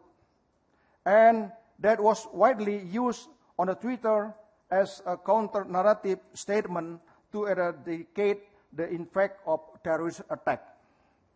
Meanwhile, the United Nations, the following Security Council reacted to give the press statement after the Jakarta attack issued by Council President Elbio Rosali. The members of Security Council strongly condemned that 14th of January terrorist attack in Jakarta, causing death of at least 2 civilians and numbers of people injured, was claimed by ISIS as their responsibility. The members of Security Council also paid their tribute to swift response and courage of Indonesian security forces in response of this attack. Ladies and gentlemen, dealing with the terrorists and those who resort at terror and violence, Indonesia has applied two kinds of approach strongly strategy: the hard approach and a soft approach. And the hard approach is defined as the measure being employed by the state to focus on the function and the role of the security apparatus and their use of force, which includes, among other things, tactical raids, arrests, infiltration, and killings. The soft approach, on the other hand, is seen as the function, role, and activities of non-security state apparatus, such as Ministry of Education, as well as non-state actors, such as Islamic mass organization, ulamas, community, and the society, which do not resort to force. This chapter will subsequently show that such strategy also follows several best practices in handling radicalism and terrorism that have been deployed throughout Indonesian history. Ladies and gentlemen, in recognition to the existing cooperation effort to combating terrorism, Indonesia has two forms of cooperation: multilateral cooperation and bilateral cooperation.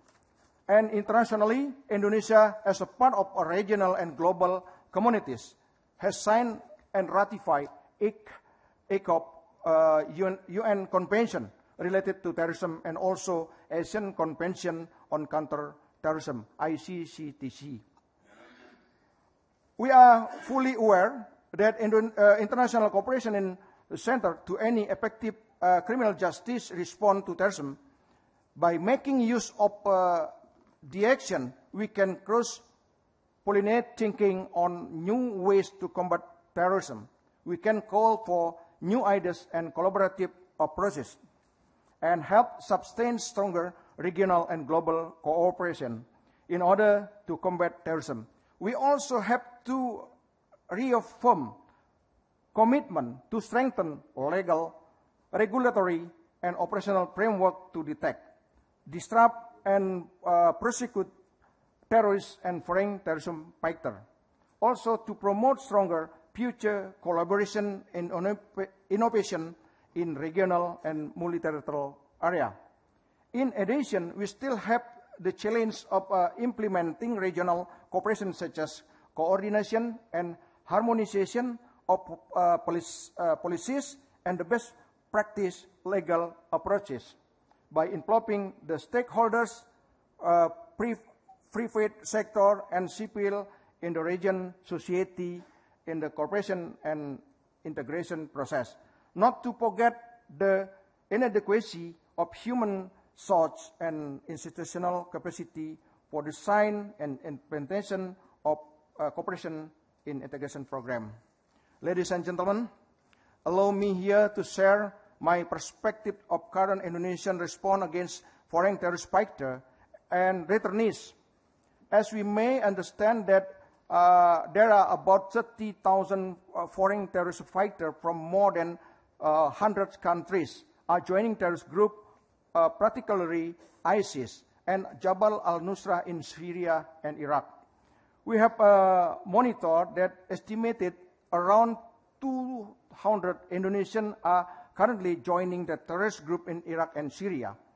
A report from intelligence had predicted a large number of Indonesians in Iraq and Syria, about 800. They have traveled mostly through third countries, such as Malaysia, Turkey, and Middle East countries. The threat of terrorist foreign fighters to our security is very real. Many of them are now becoming agents of IS. Propaganda machine to influence and recruit individuals in their home countries to join the Islamic State.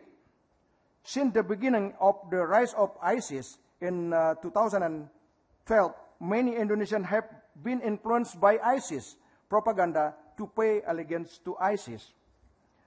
However, the presence of large number of foreign terrorist fighters from many different countries in Iraq and Syria, it's supported in Indonesia, may change the situation as we have witnessed it in the terrorist attack in Jakarta recently.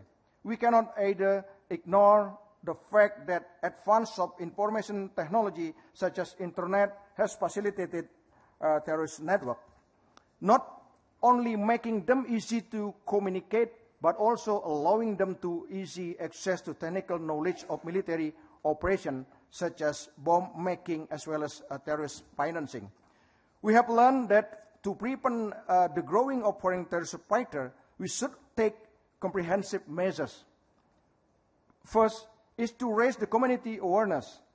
Community awareness program aim to increase awareness of society about the danger of ISIS. Whilst it's same time improper community to be more resilient against ISIS propaganda. Second is the intervention program in prison on ISIS. The intervention program in prison aim to listen the support of ISIS among terrorist prisoners. The third measure is immigration and intelligence monitoring system on foreign terrorist fighter that includes the apparatus prevent Indonesian to travel to Iraq and Syria to join ISIS. The fourth is strengthening law enforcement measures against terrorist foreign fighter, and the last one is strengthen regional global cooperation to combat terrorism through exchanging information in a real time, a capacity building for law enforcement and other stakeholders, harmonizing legal aspect through national, international framework mutual legal assistance. Ladies and gentlemen, by strengthening and bettering cooperation between countries and solid partnership with the private sector and society, we can effectively fight terrorism. I am very optimistic about this. Indonesia is always ready and welcome to strengthen international cooperation at all levels in order to combat terrorism. But all these matters are now up to us as the global community to transform commitment in fighting against terrorists into one's concerted policy and action. I hope my brief presentation today will inform you more about the background of Indonesian action against terrorism. I thank you for allowing us to be here this evening and hope that this activity has given you much clear understanding or point of view, and has also may help the participant in setting the scenes of the global threat and challenge of terrorism. Thank you very much for your kind attention. Selamat sore dan terima kasih.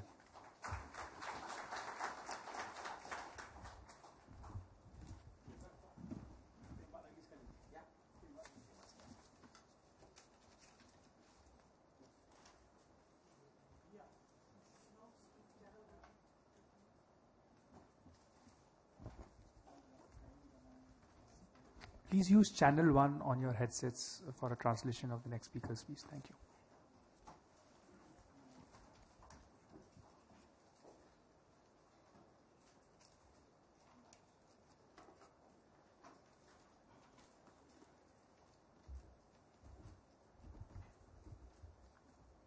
Good afternoon.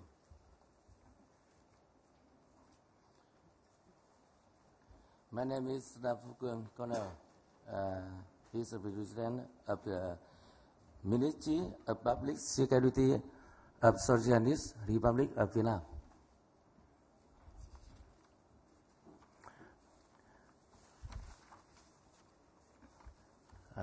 Em sorry, do cái điều kiện thời gian cho nên tôi xin phát biểu bằng tiếng Việt và có phiên dịch. Các ngài hết sức thông cảm.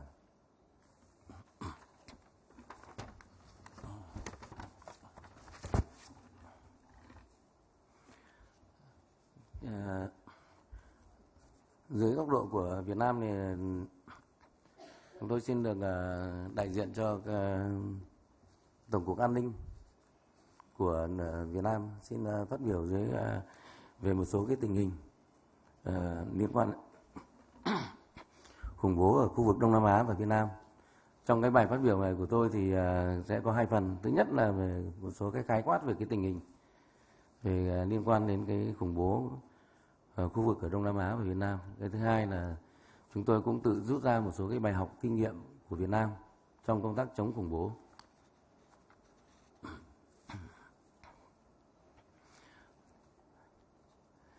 Thưa các ngài, thứ nhất về cái liên quan cái tình hình chống khủng bố chung ở khu vực Đông Nam Á và Việt Nam thì phải nói rằng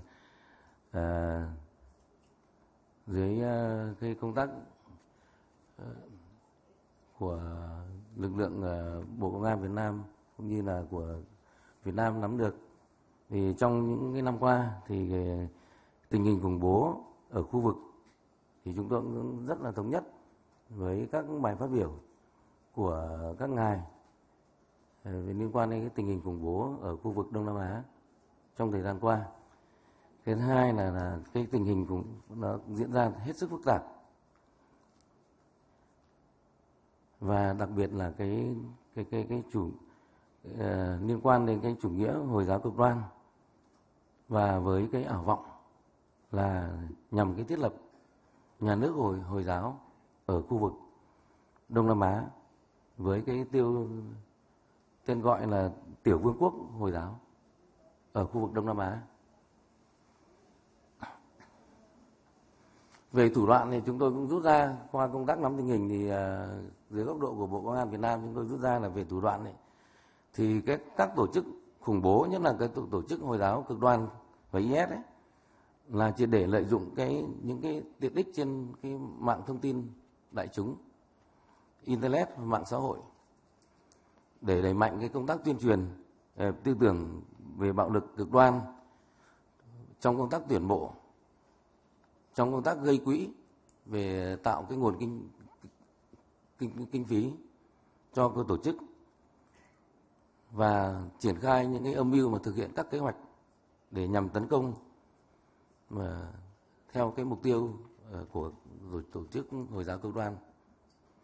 Các vụ tấn công vũ trang và đánh bom liên hoàn ở rất nhiều nơi và như chúng ta biết ở trên các nước thì qua cái thông tin mà bên phía lực lượng của Bộ Công an Việt Nam nắm được ấy, ở các nơi như ở thủ đô Jakarta, Indonesia và những cái vụ mà như là kể cả những cái vụ mà bắt cóc ngư dân Việt Nam gần đây nhất, ngư dân Việt Nam của các phần tử Hồi giáo cực đoan thì thấy rằng là tập trung vào cái tuyên truyền, công tác tuyên truyền và tự tổ chức chứ là kể cả những cái qua công tác chúng tôi thông tin chúng tôi nắm được ấy, thì kể cả những cái thông tin mà tổ chức triển khai cái tấn công ở thủ đô Paris vừa qua ấy, thì cũng là những lực lượng đứng ra tổ chức là hầu hết là những cái lực lượng là thuộc tự theo cái chủ nghĩa Hồi giáo cực đoan của IS và ngay ở nước tự của nước sở tại, tức là ở thủ đô Paris đứng ra tổ chức, chứ không phải là những cái lực lượng mà xâm nhập từ bên ngoài vào để đứng ra tổ chức. Cái này nó là cái liên quan đến một cái ý đồ mà rất là thâm độc và có triển khai cái công tác tuyên truyền trên mạng xã hội.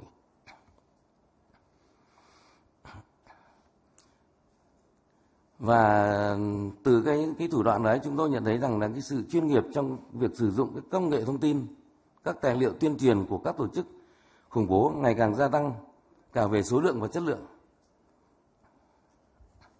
Và để tuyên truyền các tài liệu này thì các tổ chức cá nhân khủng bố sử dụng các dịch vụ trên mạng Internet, mạng xã hội và ứng dụng điện thoại như là Twitter, Facebook, Instagram, YouTube, Friendica, Twitter, Telegram và Viber, v.v. Và các blogger là triển khai cũng như tham gia các hoạt động này và tập trung tuyên truyền về cái phát sóng trên nhiều ngôn ngữ, trong đó có những cái ngôn ngữ liên quan cái Al Hariyat và cái tạp chí online của David với lực lượng truy cập ngày càng tăng. Đây là những công cụ hỗ trợ cho cái nhà nước Hồi giáo tự xưng IS trong việc tuyên truyền và tuyển mộ tại các quốc gia và có nhiều người theo đạo hồi cực đoan. Và các video này để tuyên truyền của IS được quay với các chất lượng rất là cao, kèm theo những hiệu ứng đặc biệt và các kỹ thuật nhằm thu hút sự chú ý của các giới trẻ và gia tăng số lượng cảm tử liên quan đến cái tình hình của IS. Và điều này giải thích cho những cái hiện tượng cực đoan, cộng đồng và các vụ tấn công khủng bố gia tăng nhanh chóng ở khu vực Đông Nam Á. Cái này thì là qua những cái thông tin chúng tôi nắm được thì là kể cả một số lượng rất lớn kể cả cái số công dân của Việt Nam cũng sang đi học tập ở một số cái nước có Hồi giáo, trong đó kể cả học tập ở Ấn Độ ở đây. Và khi mà về thì là học về những cái giáo lý, về cái giáo lý về cực đoan, và sau đó là tuyên truyền ở kể cả ở trong nước, tuyên truyền theo cái chủ nghĩa Hồi giáo cực đoan. Cái này là chúng tôi cũng đã có cái sự phối hợp với cơ quan an ninh và tình báo của Ấn Độ để nắm những cái thông tin và liên quan đến cái số người công dân của Việt Nam, kể cả công dân Việt Nam và một số nước sang Ấn Độ học và về Việt Nam tuyên truyền. Cái này số này chưa nhiều, nhưng cũng đã có cái hiện tượng và có cái triển khai cái này trong những thời gian vừa qua.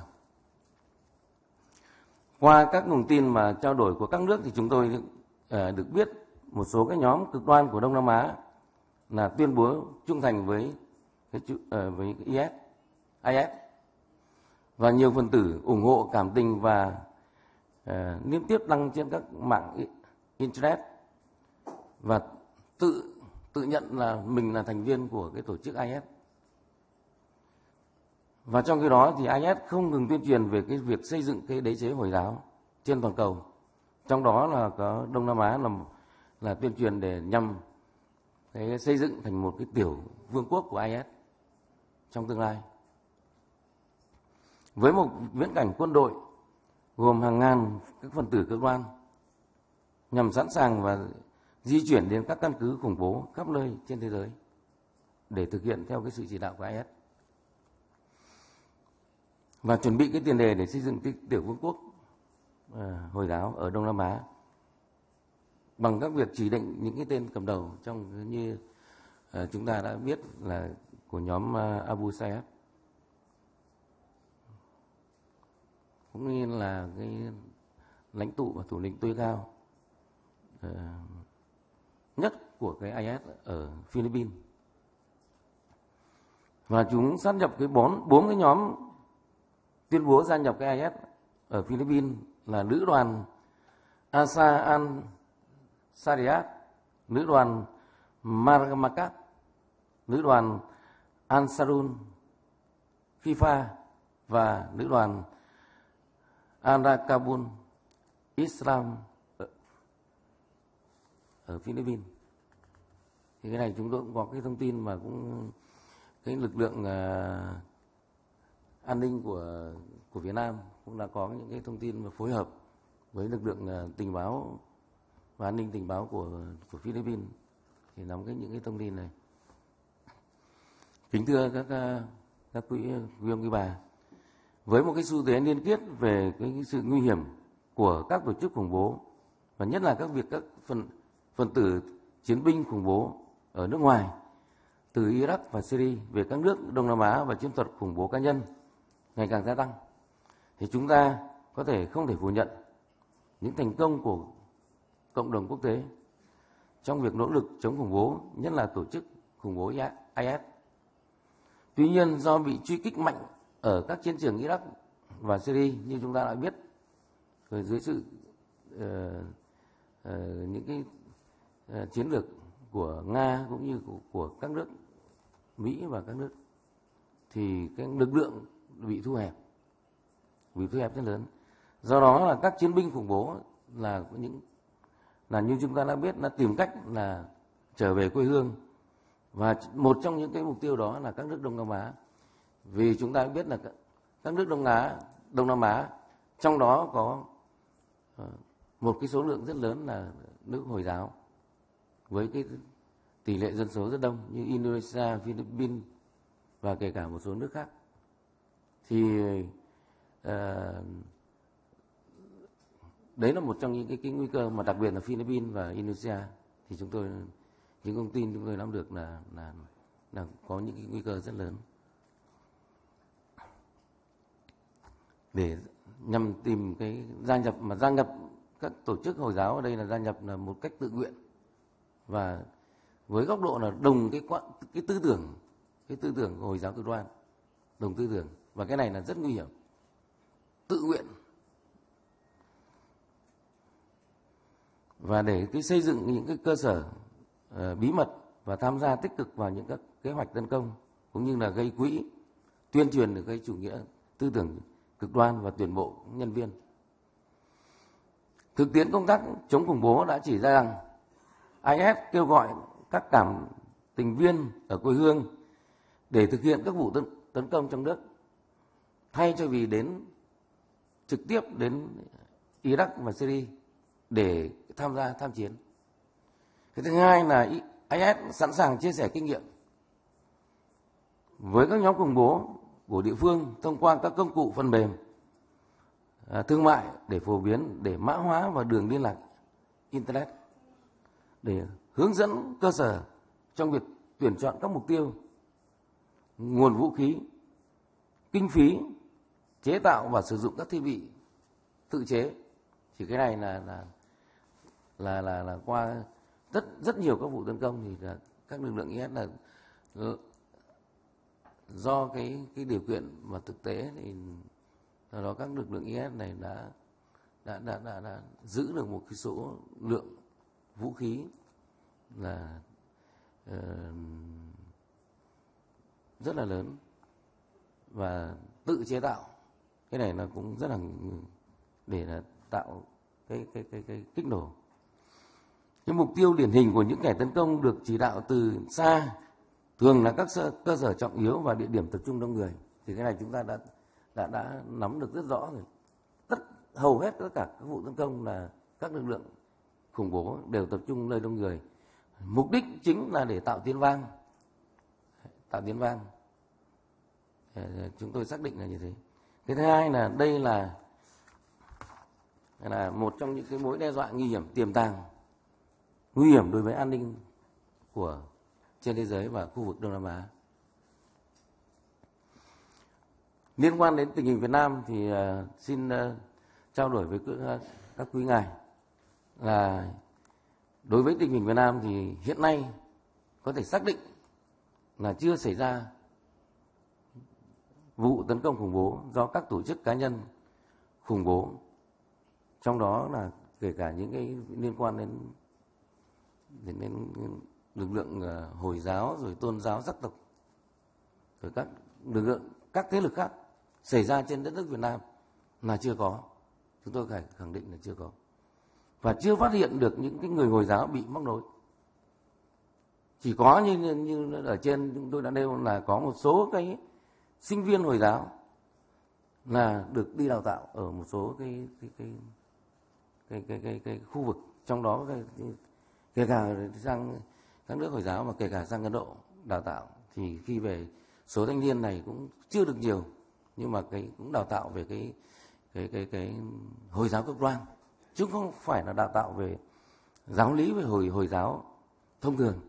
Cái này chúng tôi có những cái thông tin và chúng tôi về lực lượng an ninh của Việt Nam cũng đã có cái sự kiểm soát chặt chẽ cái số này và không công nhận được cái số những cái lực lượng này là những cái có những cái tiến đồ, kể cả đi tuyên truyền cũng không được phép. Chúng tôi quản lý rất là chặt chẽ. Và đối với Việt Nam của chúng tôi ấy, cũng là luôn luôn xác định là trong cái công tác phòng chống khủng bố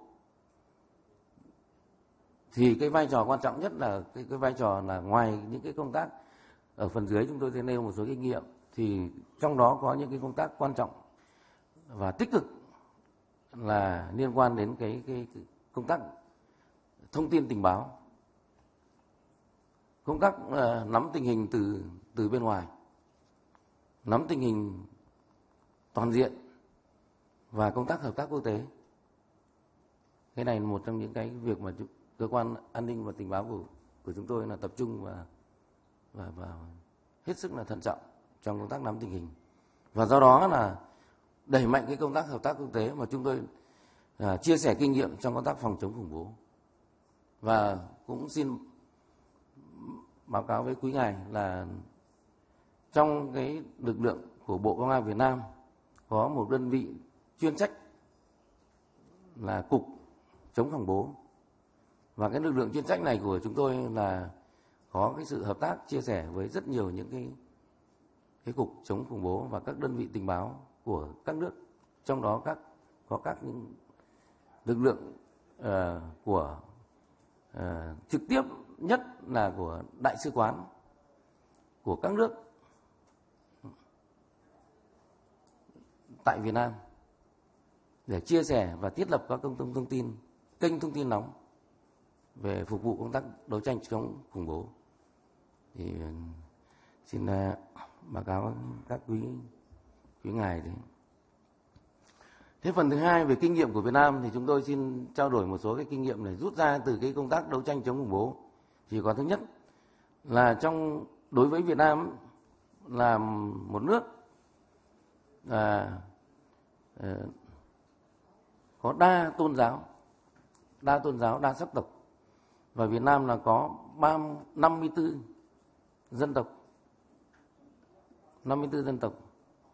Và đối với Việt Nam của chúng tôi ấy, là kể cả luật pháp, hiến pháp đều tôn trọng về cái tự do tôn giáo, tự do tín ngưỡng,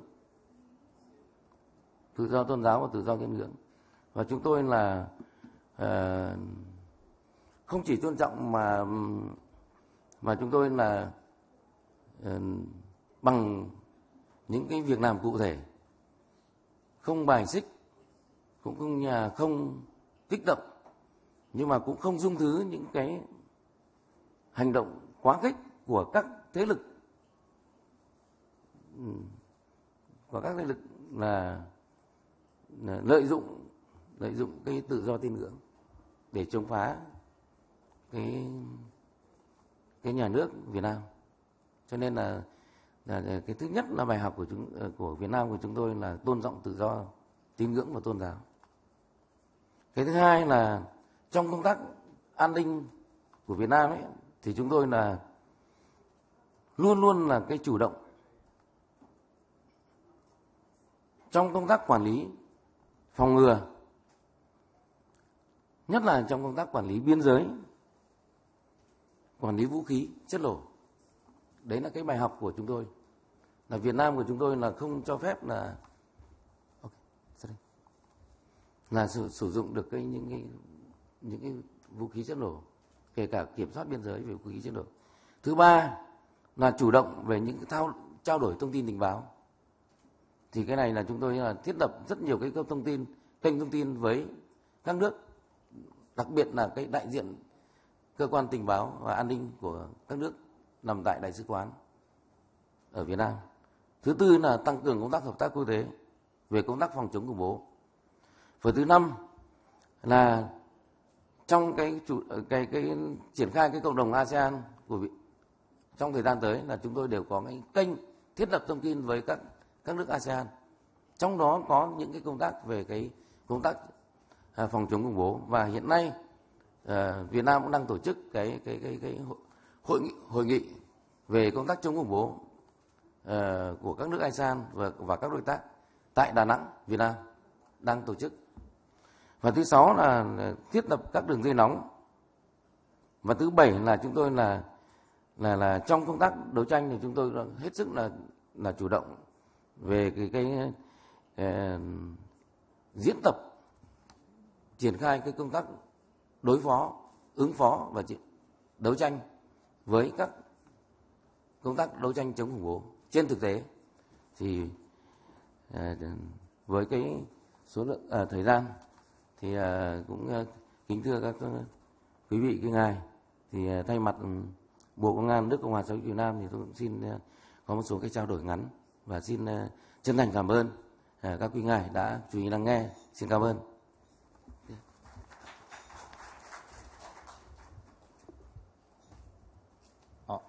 Great, thank you very much. We are running late, apparently, and the next session is coming up.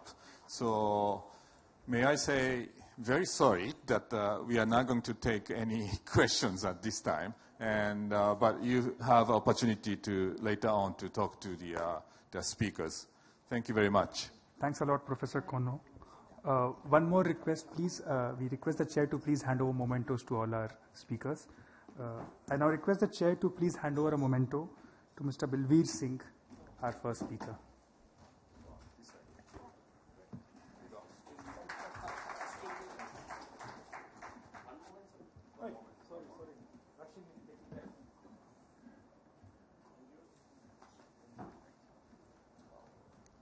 I now request the chair to hand over the memento to our second speaker, Mr.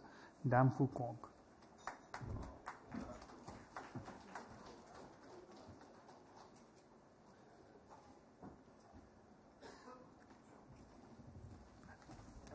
And finally, a third speaker.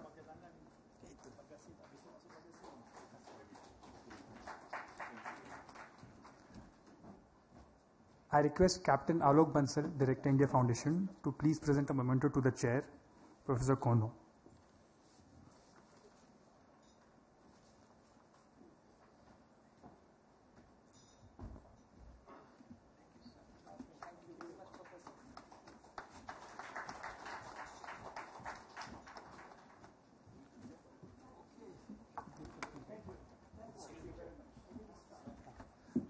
Please remain seated. We will start with the special session on bullet to ballot in the next 5 minutes. Thank you.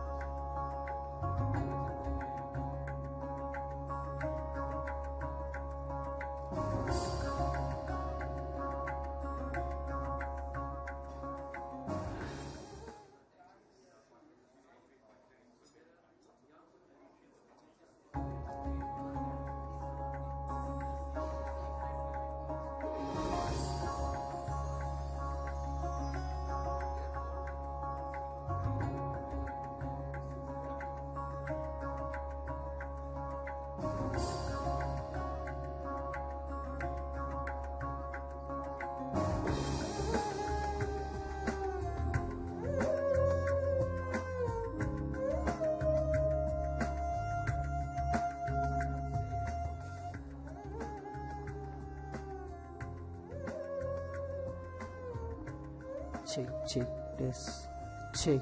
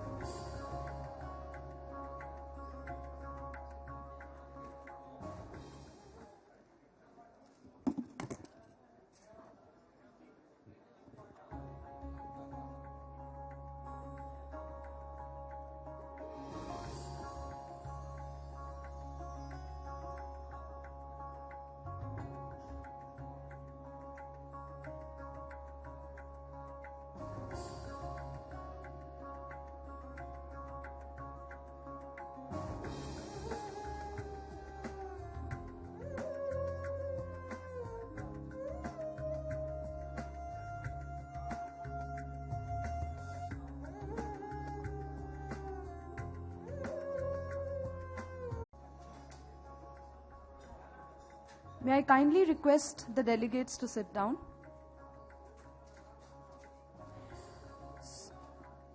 On behalf of the India Foundation, I wholeheartedly welcome all of you for the special session, Bullet to Ballot, which will be chaired by Mr. Kiran Rijijuji, the Minister of State for Home Affairs, Government of India.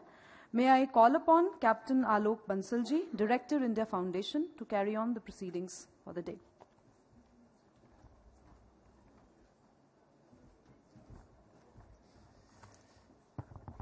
Good afternoon, ladies and gentlemen. I think this is one of the most crucial sessions of this particular conference. In fact, when we talked of terrorism, counter-terrorism, this shows the way ahead. This is a session that talks about people who took bullets and then found that resolution could be found through the peaceful medium of ballot.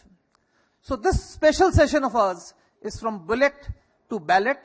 May I now request Shri Kiran Rijiju, Honorable Minister of State for Home Affairs, Government of India, to kindly chair the session. May I request him to come to the stage, Apurv to kindly lead him. We would have the keynote speaker, Dr. Baburam Bhattarai, the former Prime Minister of Nepal. May I request Subrashta to kindly lead him to the stage. And we have three other important speakers, Shri R. Sampanthan, Leader of Opposition of Sri Lanka, of the Tamil United Liberation Front, veteran parliamentarian. May I now request you, sir, to kindly move to the stage. We have Shri Sajjad Lone, Minister of Social Welfare, Science and Technology, Government of Jammu and Kashmir. And we have Shri Hagrama Mohilari, Chief Executive Member, Bodoland Territorial Council. I request Apurv to kindly escort him to the stage.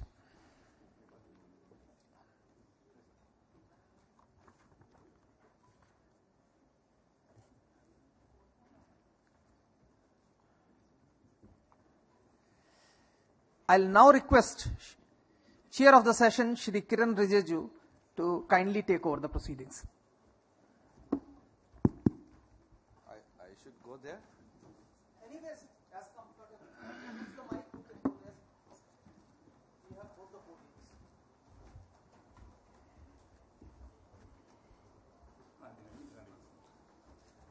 Well, we have a very distinguished panels here with us. Mr. Baburam Bhattarai, the Honorable former Prime Minister of Nepal, is going to be the keynote speaker. Mr. R. Sampanthan, the Honorable Leader of Opposition from Sri Lanka. We have Mr. Sajjad Lone, is the Honorable Minister of Social Welfare, ARI and Trainings and Science and Technology, Government of Jammu and Kashmir. we have Mr. Hagrama Mohiliari, is the Honorable Chief Executive Member of the Bodoland Territorial Council. They are friends. We have no enemies here. We all are friends. We have all left the theory of bullets. Everybody has a strong belief in ballot, and the members of the panel, they are an example by themselves. As has been introduced, this is a very interesting session. I'm not going to speak much about my thoughts, about my theories, but rather, along with you, I'll be listening to the ideas to be shared by the members in the panel, the speakers. The only thing I would like to outline is Government of India's policy is very consistent and very clear. We believe in conflict resolution through peaceful dialogue. And Government of India has entered into dialogue with many groups. In northeastern region also, we have entered into suspension of operation. Our security forces were working, but due to certain circumstances, we have entered into some memorandum of settlements. We have ceased fire with some of the groups. We are in talks with some of the groups. Some militant groups were very, very hardcore groups who believed in violence till some time ago, but good sense prevailed, and they also have come to the negotiation table. And we are encouraged by that. And you have seen in Jammu and Kashmir also, we have some people who had abjured the path of violence and who had chosen the path of democracy. They believe in the ballots. Some are successful, some are not successful. It is a democracy. It is the people who are going to decide.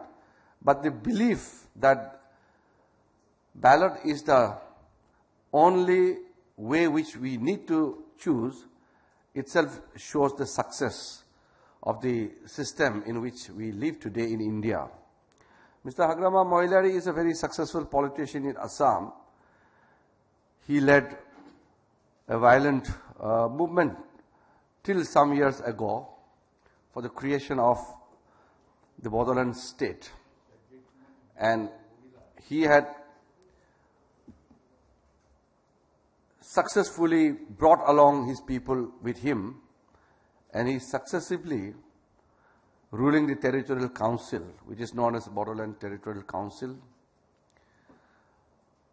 Mizoram is one great example. If some of the seniors who are in the security aspects will understand, I personally feel that the armed revolt by the Mizos in early 80s was one of the toughest challenges to Indian territory. And there was some very defining moment those days, how our security forces, the Air Force were used, how our agencies had worked. And finally, when Mizo National Front decided to align with the mainstream, and today Mizoram has transformed into one of the most peaceful state, having one of the highest literacy rate in the country, next only to Kerala. So how things can change? And the other day, the Mizo delegation came to me. They said, now we want to really get into the mainstream. We want to learn Hindi. We want to learn all whatever is done by other parts of the country. It's such an encouraging thing to see. When we were young in the school days, we never thought that Mizoram can transform to what we are seeing today. Assam had a very violent late 70s and early 80s. then how things are moving, Assam you all know.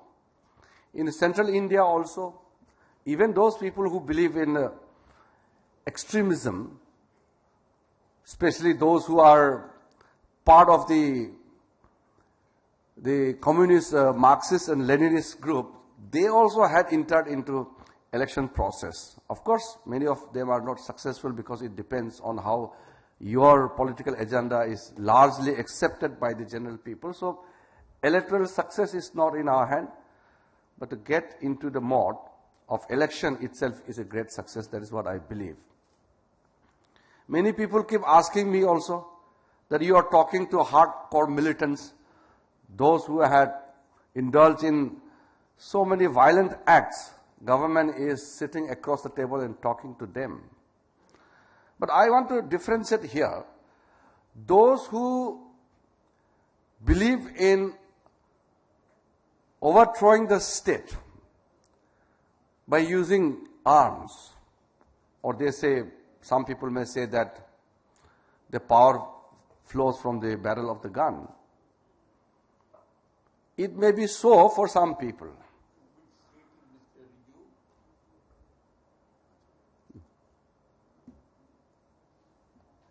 You need translation?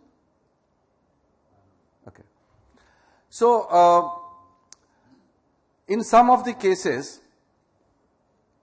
this belief that we can achieve everything by using force will have to bite the dust.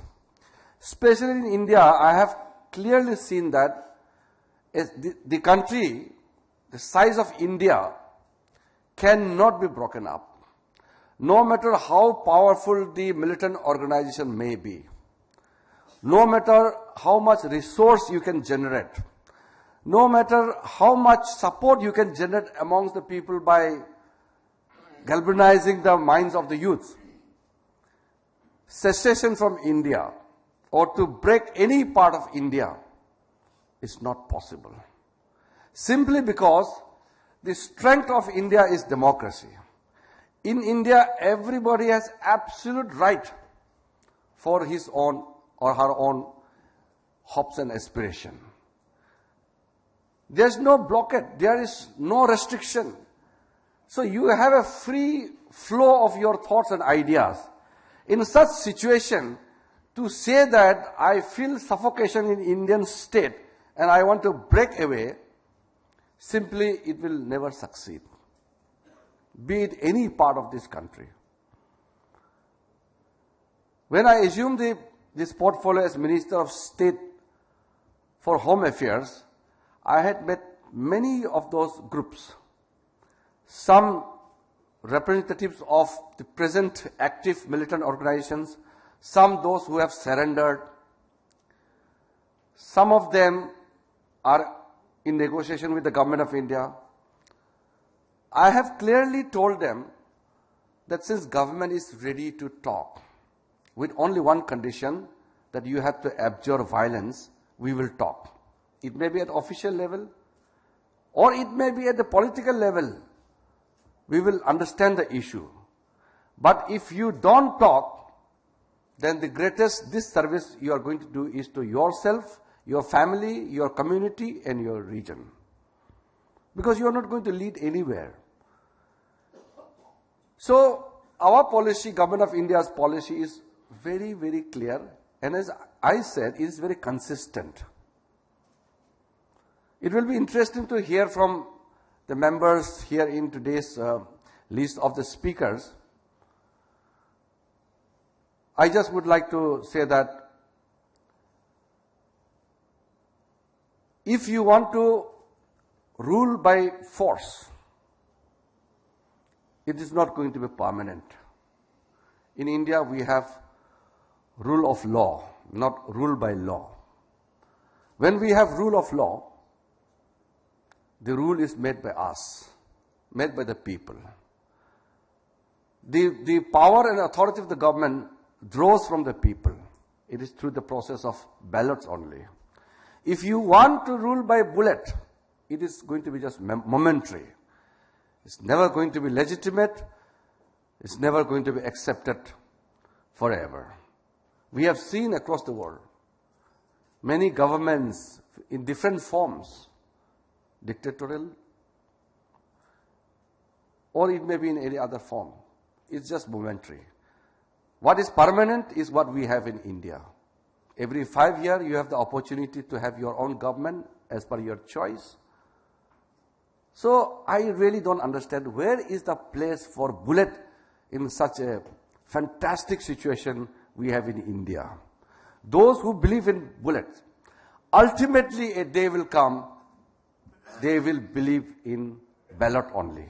There's no space, no scope for anybody to permanently believe in bullet.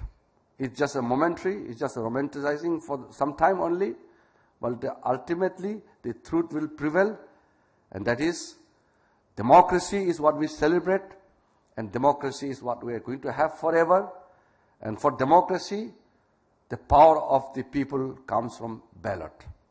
So, ladies and gentlemen, I will not take much time. As I said in the beginning, I'm not here to share my thoughts and visions, but to hear from the distinguished panels. And I hope that at the end of the session, we'll have a very satisfactory, views from our panelists, as well as if we have permission of the time, then we'll have some questions also. Thank you so much.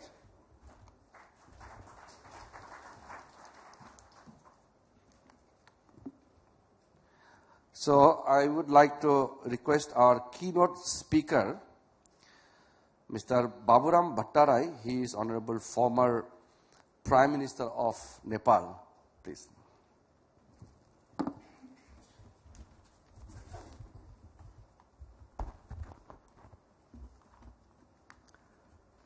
Respected Chairperson, distinguished members of the panel,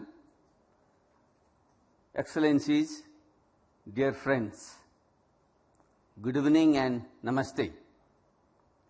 It's an honor to be among such eminent personalities, both in the panel as well as in the audience.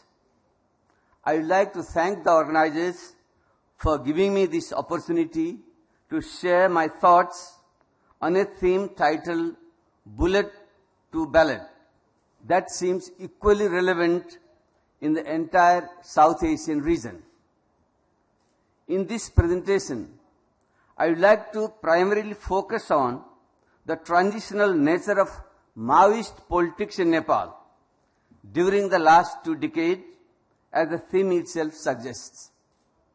Why did the Maoists, fighting a protracted people's war, came to a peaceful democratic process? How did it become possible? What have been the implications? And most importantly, what does the Nepalese experience offer to others involved in the similar democratization process? Firstly, I need to point out that the transitional nature of Nepalese politics is ongoing, where some of the long-standing problems continue to unsettle national politics. Today, these challenges have manifested themselves in new ways, thereby posing serious questions regarding the tenability of implementation of the new constitution of 2015. I myself, after being at the forefront of the Maoist armed struggle and thereafter playing a leading role in the promulgation of the new constitution, I have chosen a new political course with the aim of establishing an alternative political force, the Naya Shakti Party, that could genuinely and rightfully address the new challenges of this new era. Therefore, since the task of democratizing our society and polity has not ended with the transition from bullet to ballot, I look very much forward hearing what the panelists from Sri Lanka and different parts of India have to share with us today. The expression bullet to ballot in the plain and literal sense suggests a shift in the use of political tools or the means of conducting politics. Bullet figuratively implies the violent method, and the ballot suggests the embracing of non-violent mode of politics. Theoretically and philosophically, it is a tremendously challenging task to arrive at a conclusive understanding regarding violence and non-violence. Once we enter into this debate, it does not end merely at the desirability or undesirability of using violent or non-violent methods, or whether in any given circumstances violence can be treated as a legitimate act or an act of last resort. Most debates on this issue very often assume a moralistic or ethical overtone, leading many theorists to argue over calculations of human cost or the economic and ecological cost of wars. But let me not enter into such a debate regarding the calculability of consequences of violent acts. These are extremely contested concepts, and any attempt to make an absolute moral judgment can become a rather tricky task. So instead of treating these terms in their absolute sense, I think it would be more worthwhile to talk about the gray areas or the avenues where politics assumes a rather complex character. This is because everyday politics is very often about these shades of gray where not everything presents itself as black and white. And it is this obscure area that opens up a new possibilities for us to think and act differently about how we can restructure the democratic space to accommodate those that remain outside it. This leads me to discuss the specific context of Nepal and the Nepali Maoists. The shift in Maoist politics from an armed struggle towards the constitutional side became possible because of a couple of reasons. The first thing that needs to be highlighted is that the Maoist movement in Nepal was a political movement informed by ideas of social justice, socio-economic programs that attracted widespread support among the people. What also needs to be recognized is that this movement in many ways resonated the aspirations of past struggles and revolts in Nepalese history against autocratic rulers, making a call for democracy. As Professor Muni, who I see there, present here, has often said, the Maoist movement was a product of Nepal's existing socio-economic and political context. Politically, the struggle between monarchy and democracy has been the main contradiction in Nepal's modern history.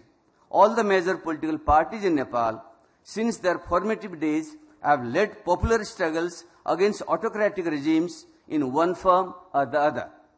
With the end of Rana oligarchy in 1950, a space for parliamentary democracy was opened up for the first time in Nepal's history. Let me point out here one major difference between the Nepalese case and the Indian case. While democratic institution making and functioning in India remained uninterrupted post-independence, in Nepal, a major breach took place within a decade of introduction of parliamentary democracy. And this happened precisely because of the existence of the institution of monarchy. More specifically, when King Mahendra assumed an autocratic role under the disguise of a partyless panchayat system in 1960. This is the backdrop against which parties like Nepali Congress and the Communist parties conducted their politics in Nepal. During the mass uprising of 1990, it was primarily this struggle between monarchy and democracy that shaped the demands of the people and the political parties. However, this too ended in a constitutional compromise between the parliamentary parties and the Shaha monarchy. The fallacy of this institutional compromise with the king was exposed when it became possible for an autocratic monarchy to emerge from within the parliamentary system, that is, when Gyanendra Shah took over complete executive powers in 2005. The Maoists, which initiated their armed struggle in 1996, identified this union between the monarchy and the traditional parliamentary parties as a major fault line in Nepalese politics, which had ramifications in Nepal, poor socio-economic conditions as well. Politicians and scholars alike have not hesitated to acknowledge the competence with which the Nepali Maoists exposed these triangular contestations between the monarchy, the parliamentary parties, and the revolutionaries in Nepal's concrete historical context. After the royal coup of 2005, the Maoists were the first to call for an effective and coordinated program among the democratic forces for resistance against the autocratic monarchy. And it was this peculiar initiative which opened up the possibility for the Maoists and the parliamentary parties to arrive at a consensus regarding the abolition of monarchy and to forge a common commitment towards full democracy or Purna Loktantra. In continuation with what Clausewitz famously said, both the bullet and the ballot are continuation of politics by other means. The call for making a new constitution through a constituent assembly elected by the people that had remained an unfulfilled aspirations during the past uprisings were taken up by the Maoists in the new context.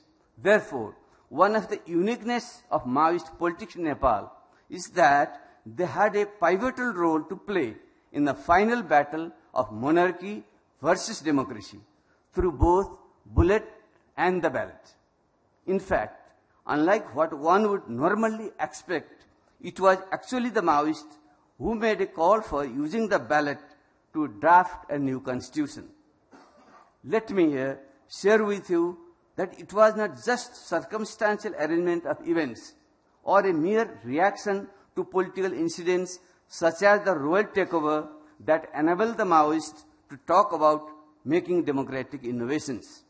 Theoretically too, there have been rich debates within the Maoist party about the needs for communists to take democracy seriously, not only tactically but also substantively. Therefore, apart from exposing the problems intrinsic to the system of constitutional monarchy and parliamentary democracy, the Maoists were engaged in a project of democratizing themselves as well. This is a crucial point. Of course, not all Maoist leaders agreed on this point. There was serious differences among the top leaders regarding democratization of the party as well as making a democratic alliance with the parliamentary parties. In fact, I was the first and the few to push for democratic innovations within the party as well as relation to other parties. Nevertheless, these views were subsequently adopted by the party itself, leading to a seminal document entitled Development of Democracy in the 21st Century.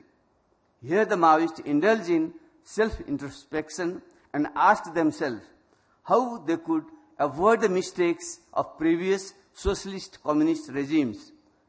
Towards this end, significant resolutions were made to redefine and democratize the relationship between the leaders and the led, between various organs of the party and also amongst the leaders themselves. But the most noteworthy statements were about the party's views regarding state power and political freedom.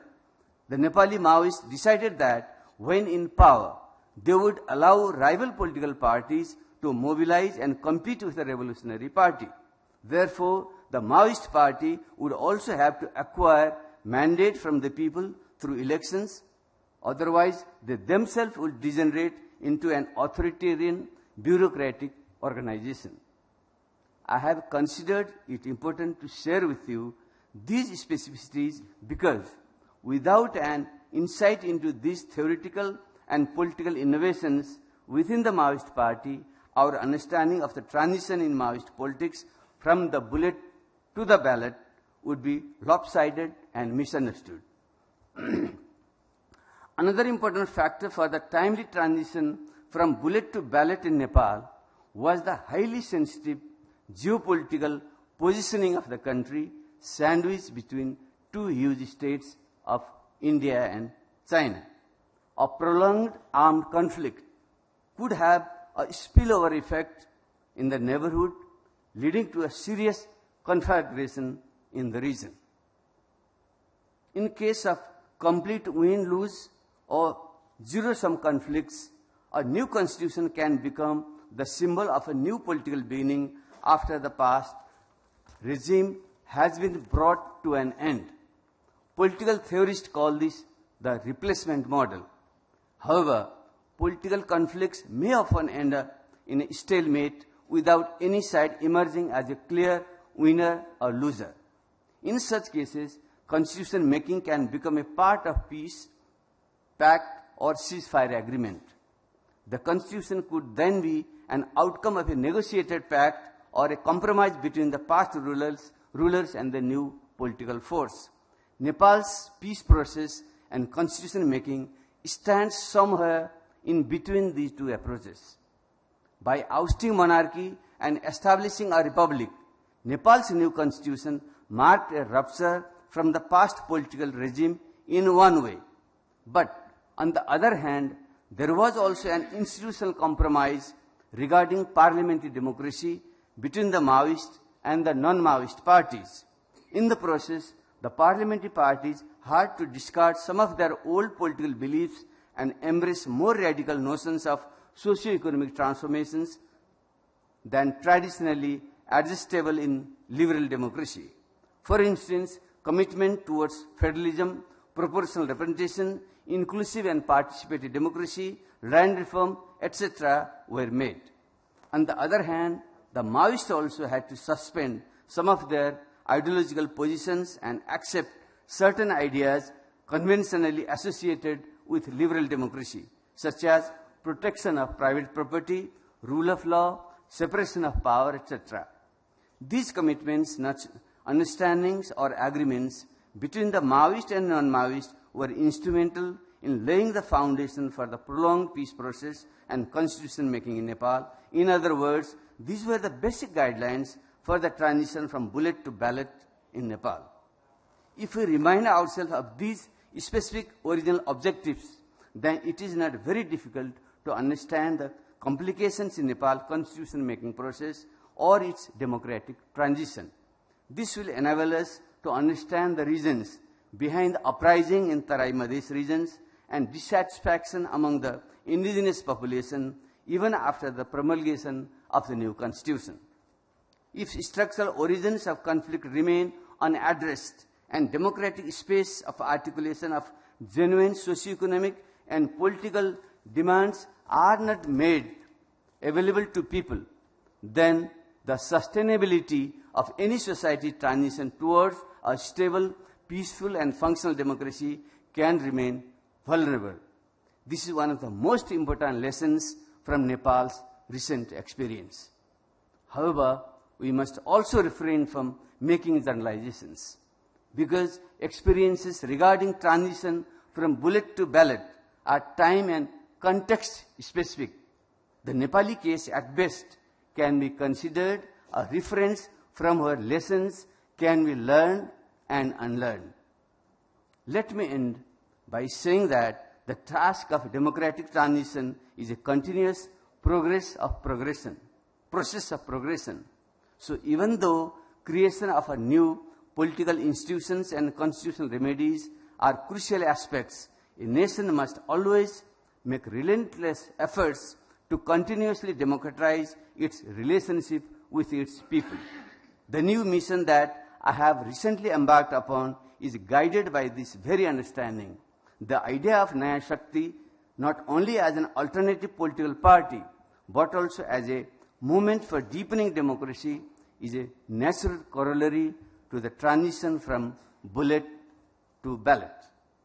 As Christopher Columbus had once said, you can never cross the ocean unless you have the courage to lose sight of the shore.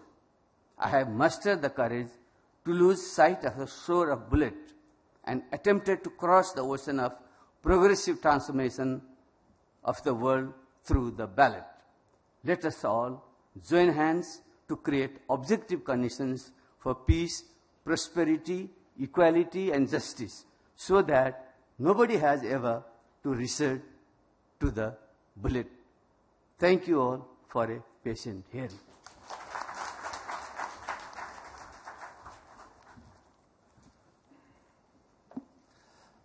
Thank you, Mr. Baburam Bhattarai, the Honorable former Prime Minister of Nepal, for the insightful description of the situation in Nepal, as well as your personal thought and your belief in the whole process of democracy. Now I would like to invite Mr. R. Sampanthan, he's the Honorable Leader of Opposition of Sri Lanka.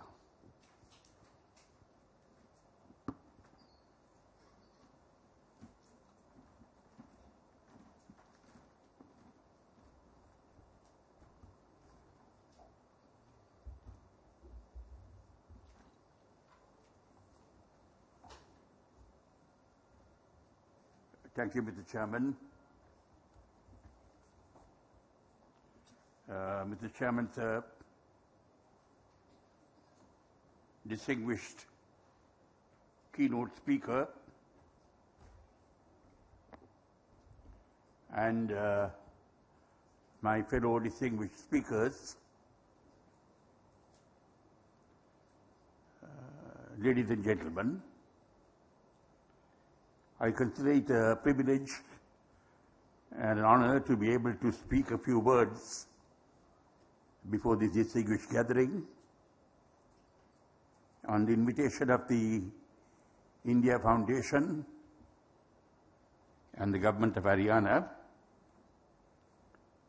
And I must particularly thank Sri Ram Madhav ji and Alok Bansal ji for extending this invitation to us.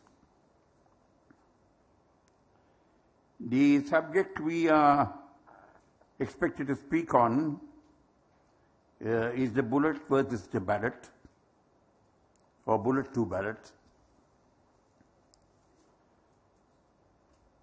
In a sense, much less controversial than the sort of terrorism that has been discussed before us, that has prevailed in South Africa and Southeast Asia and so on and so forth. But looking at this issue of bullet to ballot, if one was to look at it superficially, I think the choice would not be difficult. But our experience shows that the choice has not been all that easy. It has been quite difficult. And one might pose the question as to why it has not been all that easy. I think it is because human society is so complex, so diverse, as to necessitate that governance is structured so as to meet such complexity and diversity. It is the mode and manner of governance that decides the choice between the ballot and the bullet. Governance in a country is based upon the country's constitution. Constitutions of countries play a vital role in the structure of governance. Governance encompasses the exercise of legislative power, executive power, and judicial power. Each one of these fields of authority has a crucial impact on the manner in which a country is governed. A crucial impact on the lives of people in relation to government and in relation to each other. The constitution of a country is therefore crucial. Different countries frame their constitutions as desired by them. It largely depends on the leadership that a country provides to the framing of a constitution. Wise leadership ensures that a constitution of a country is largely based upon a reasonable consensus. Consensus accommodates diversity. It avoids complexity, because human society is both diverse and complex. Societies in most countries are multilingual, multi-ethnic, multicultural, and pluralistic in character. They vastly differ from each other. Constitutional arrangements need to accommodate such diversity, such complexity. If there is such accommodation, society is stable. Such stability promotes development, is able to achieve peace and prosperity. Lack of such accommodation promotes discontent and conflict, instability, lack of development, absence of peace and prosperity. The ballot is the democratic way, based upon dialogue, a free exchange of views, and the making of choices based upon one's judgment. It is a rational process. If this process fails, then it is a bullet, which is not merely a response to discontent and conflict, but also the apparent means to seek a remedy to the perceived injustice. We have the experiences of several countries, both positive and negative, where the ballot has prevailed and been successful, and also where the bullet has been resorted to with its painful consequences. I would like to refer to my own country, Sri Lanka, though small, an important country in the Indian Ocean region. Sri Lanka is a multi-ethnic, multilingual, multicultural country comprising of the Sinhalese, who are a majority and who have their own distinct identity, the Tamils and the Muslims, who are numerically a minority but have their own distinct identities too. It is accepted in Sri Lanka and it is not a bone of contention. The Tamil-speaking people have historically inhabited the northeastern part of the country and are in a majority in every district in the northeastern part of the country, where the Sinhala people are in a majority in the rest of the country. This too is accepted and is not a bone of contention. The country attained independence from colonial rule in 1948. Before colonial subjugation, there were both Sinhala and Tamil kingdoms in the country, which were captured by different colonial powers differently, separately, and at different times. These different territories were unified together in 1833 under British colonial rule. However, all people, the Sinhalese, the Tamils, and the Muslims joined together in their demand to achieve independence.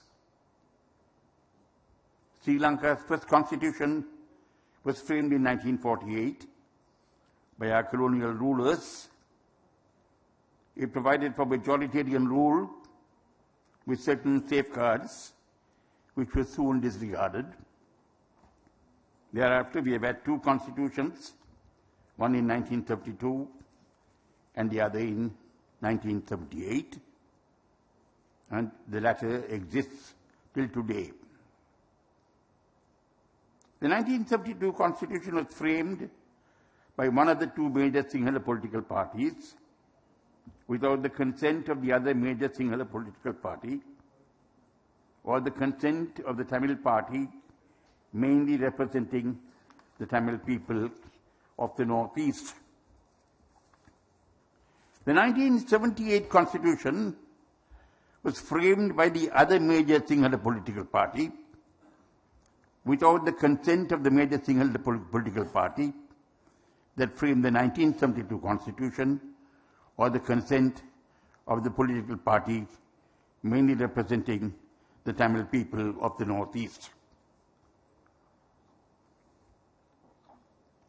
The 1972 constitution and the existing 1978 constitution were not framed on the basis of consensus. They were unilateral actions of the political party in power at the relevant time. They empowered majoritarian rule. The political culture prevalent in Sri Lanka has unfortunately been that in order to achieve and retain political power, the tendency has been to confer on the majority community a supremacist position in preference to truth, justice, and equality. It must be realized that his approach has resulted in Sri Lanka not being able to maintain or retain its rightful place in the world. The demand for a change in the structure of governments has prevailed from shortly after independence. The demand was made by the Tamil people in the Northeast, who alleged that they were treated as second-class citizens, that injustice was meted out to them in matters relating to their civil, political, economic, social, and cultural rights. They were subjected to physical violence whenever they made just political demands. This happened for several decades without any retaliation by the Tamils. The political demand of the Tamil people for necessary changes in the structure of governance was democratically supported overwhelmingly by the Tamil people of the Northeast at every general election to Parliament from 1956 up to date, and at every other election, whether provincial or local, for a period of more than 6 years. The democratic verdicts of the Tamil people were not given recognition. The Tamil people are thus being governed without their consent and against their will, in violation of the Universal Declaration of Human Rights adopted by the United Nations. After that, there was an armed revolt by Tamil youth for almost 3 decades. Such armed revolt commenced more than 3 decades after the country attained independence, and after all the democratic and political processes had failed. This was a classic instance in which the bullet filled the void created by failure in the process of the ballot. It stresses the importance of respecting and recognizing the verdicts of the ballot. Such respect and recognition of the verdict of the ballot is the surest way to dispense with the need for the bullet. The result of all this has been that up to 50% of the Sri Lankan Tamil population have fled the country and live in several countries the world over.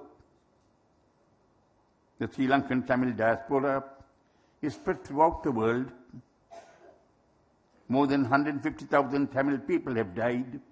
They have been killed. During the armed conflict, all people, Sinhalese, Tamils, and Muslims suffered immensely. Further violence will result in more Tamils fleeing the country. The conflict has received international attention, and 4 resolutions have been adopted by the United Nations Human Rights Council in 2012, in 2013, in 2014 and 2015. The resolutions deal with violations of international human rights laws and international humanitarian laws by both parties to the conflict, the Sri Lankan state and the armed rebel outfit. The implementation of the resolution adopted in 2015 October is being currently reviewed by the United Nations Human Rights Council in Geneva. It deals with transitional justice processes, issues pertaining to land, missing persons, detainees, and the evolution of constitutional arrangements that will bring about a just and acceptable political resolution to this conflict. In recent times, far-reaching political changes have also taken place in Sri Lanka through the process of the ballot, through the democratic process. At an election prematurely called after the Constitution of Sri Lanka was amended to enable the then holder of office of President to contest even beyond the stipulated 2 terms, an authoritarian and insensitive regime which failed to be inclusive of all people who lived in the country has been replaced by a new president and a new prime minister and government through the process of the ballot, emphasizing once again the utmost importance of the democratic process and the ballot. This happened in 2015. The new government has committed itself to the making of a new constitution for the country based upon consensus and has commenced the process. The fact that the 2 main political parties are in alliance together in government offers the country a historic opportunity that was not available at the time of the making of the 1972 and 1978 constitutions. The main Tamil political alliance in Parliament, very largely representing the Tamil people of the Northeast, is working with the new government in its endeavors to formulate just and acceptable constitutional proposals. The Tamil people are committed to evolving a just, reasonable, workable and durable political solution within the framework of a single, undivided, indivisible Sri Lanka. The parties largely representing the Muslim people are also a part of the process. For the first time in post-independent Sri Lanka, an opportunity is available for the framing of a constitution based upon a substantial and reasonable consensus amongst all political parties and all peoples in the country. This opportunity must be pursued with genuine commitment, but that would be the only way to ensure that the bullet does not any longer have a place in our society. Before I conclude, Mr. Chairman, may I quote from a speech delivered by the Indian Prime Minister, Shri Narendra Modi, to the Sri Lankan Parliament on 13th March 2015.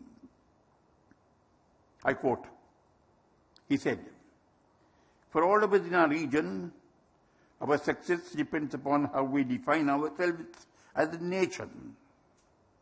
All of us in the region, indeed every nation of diversity, have dealt with issues of identity and inclusion, rights and claims, dignity and opportunity for different sections of our society.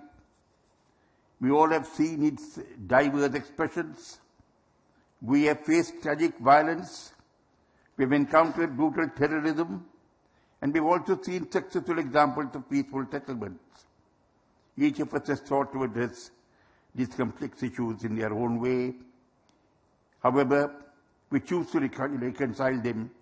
To me, something is obvious. Diversity can be a source of strength for nations. When we accommodate the aspirations of all sections of our society, the nation gets the strength of every individual. And when we empower states, districts and villages, we make our country stronger and stronger. You called it my bias.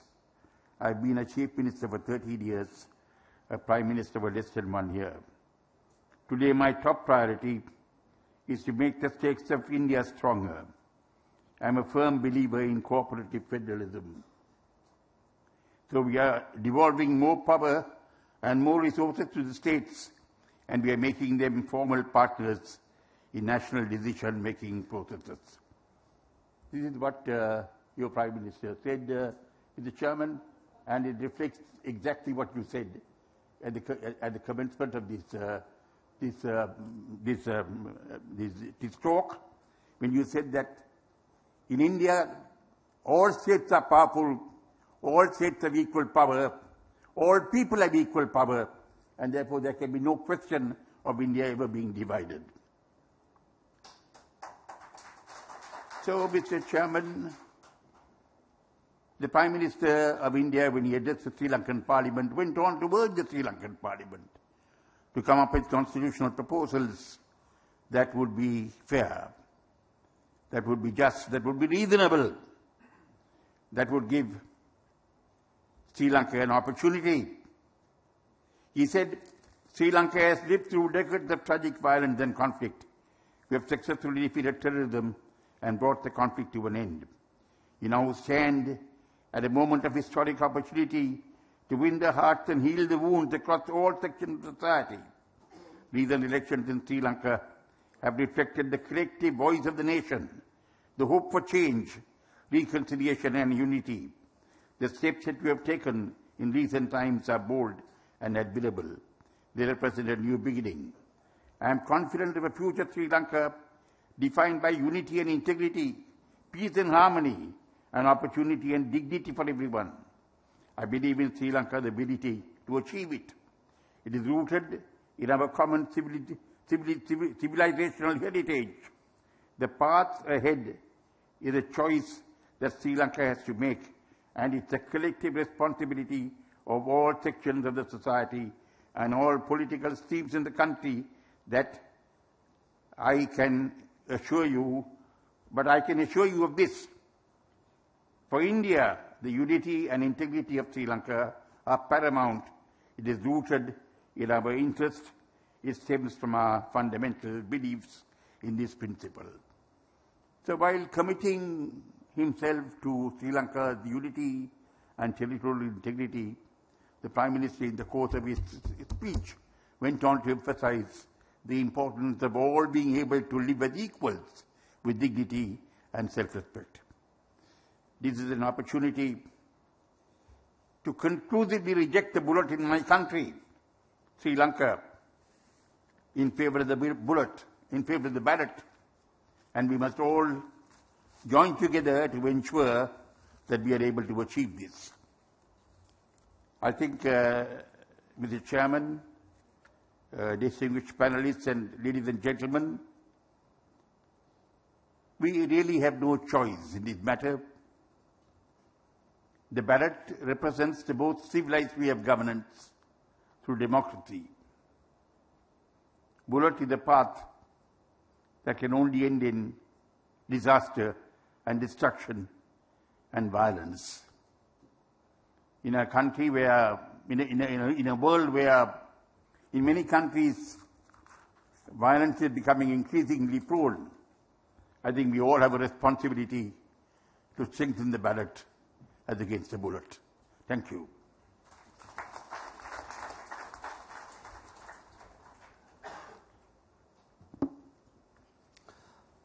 Thank you very much, Mr. R. Sanpanthan, the Honorable Leader of Opposition, Sri Lanka.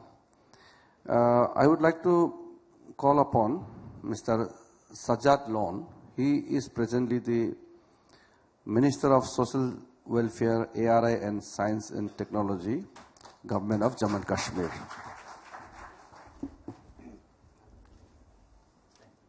Mr. Chairman, distinguished panelists, distinguished guests, I thank India Foundation for providing this space to express diverse views. And I was at a conference last time, and I'll repeat that here, that he seemed to have got stuck into the bullet to ballot stereotype, and I'm asked normally to talk about it. And I just hope that with passage of time I graduate and come out of it. I didn't bring a prepared text for the reason that I thought that as a practicing politician I wanted to steer away from academics. And I'll try to bring out my example in the most humble form, the humblest form, which might not amuse you initially or might not be a part of the plot, but I believe it was the tipping point in my life. And for me, it had a much greater message than the story that you might, which I will just narrate. It's about me, and it's not theory, it's practice, it's what happened to me. And it's about the role of 3 individuals, out of which 2 out of which became the tipping point in my life, that this is my country and I have to live here, while as the 3rd one delayed it. But before I come to that, I'll tell you that when it's someone like me, like an individual who decides, or in a multi-party setup of the separatist spectrum, of the bullet spectrum, when somebody wants to move on and go to the ballot, there are a lot of problems, a lot of impediments. I would say ideological. First of all, you convince yourself whether this is the right path.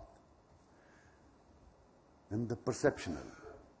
You know, in today's world, a lot of media, you speak so much that you become a prisoner of your own rhetoric. That's the biggest problem. Trying to break out of that rhetoric, you're identified with a certain cause, and then you see negating that cause. I was doing some research work many years back, and in one of the studies, I was reading the statements of an ex-guerrilla leader who said that he never imagined the impact of their propaganda until he left the guerrilla moment and found out what he had to face after he left it. And in order to overcome those impediments, there's a lot of facilitation needed from the governments. I would not say there is not, but I would say there is a lot of space for improvement. The story I wanted to talk to you about, not the story, it's a true episode of my life, is that in around 89, we had the bullet thing in Jammu and Kashmir. And I must have been 23, 22 at that time, 23, 22. And I was a typical Kashmiri. The context was of 1989 Kashmir, with a very limited exposure. But I had gone to Britain to study, and I had come back. And I was typical Kashmiri as we were at that time. Typically, I would not applaud for the Indian team. I had my questions about identity. I had my issues. But I was in the middle. I was not in politics. My father was a politician. I was not really sure what I have to do. Whether I was in favor of bullet at that time when it started, I would have thought no, because I had just come back, and I thought there was something at the back of the mind that no, development is the way out. But there was a very strong sub-identity which actually prevailed over all other identities.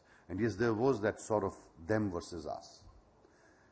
And on a certain day in 1990, I think, I was at a place where there was another person, what I was doing there, what I was not, and there was a raid by the BSF at that time.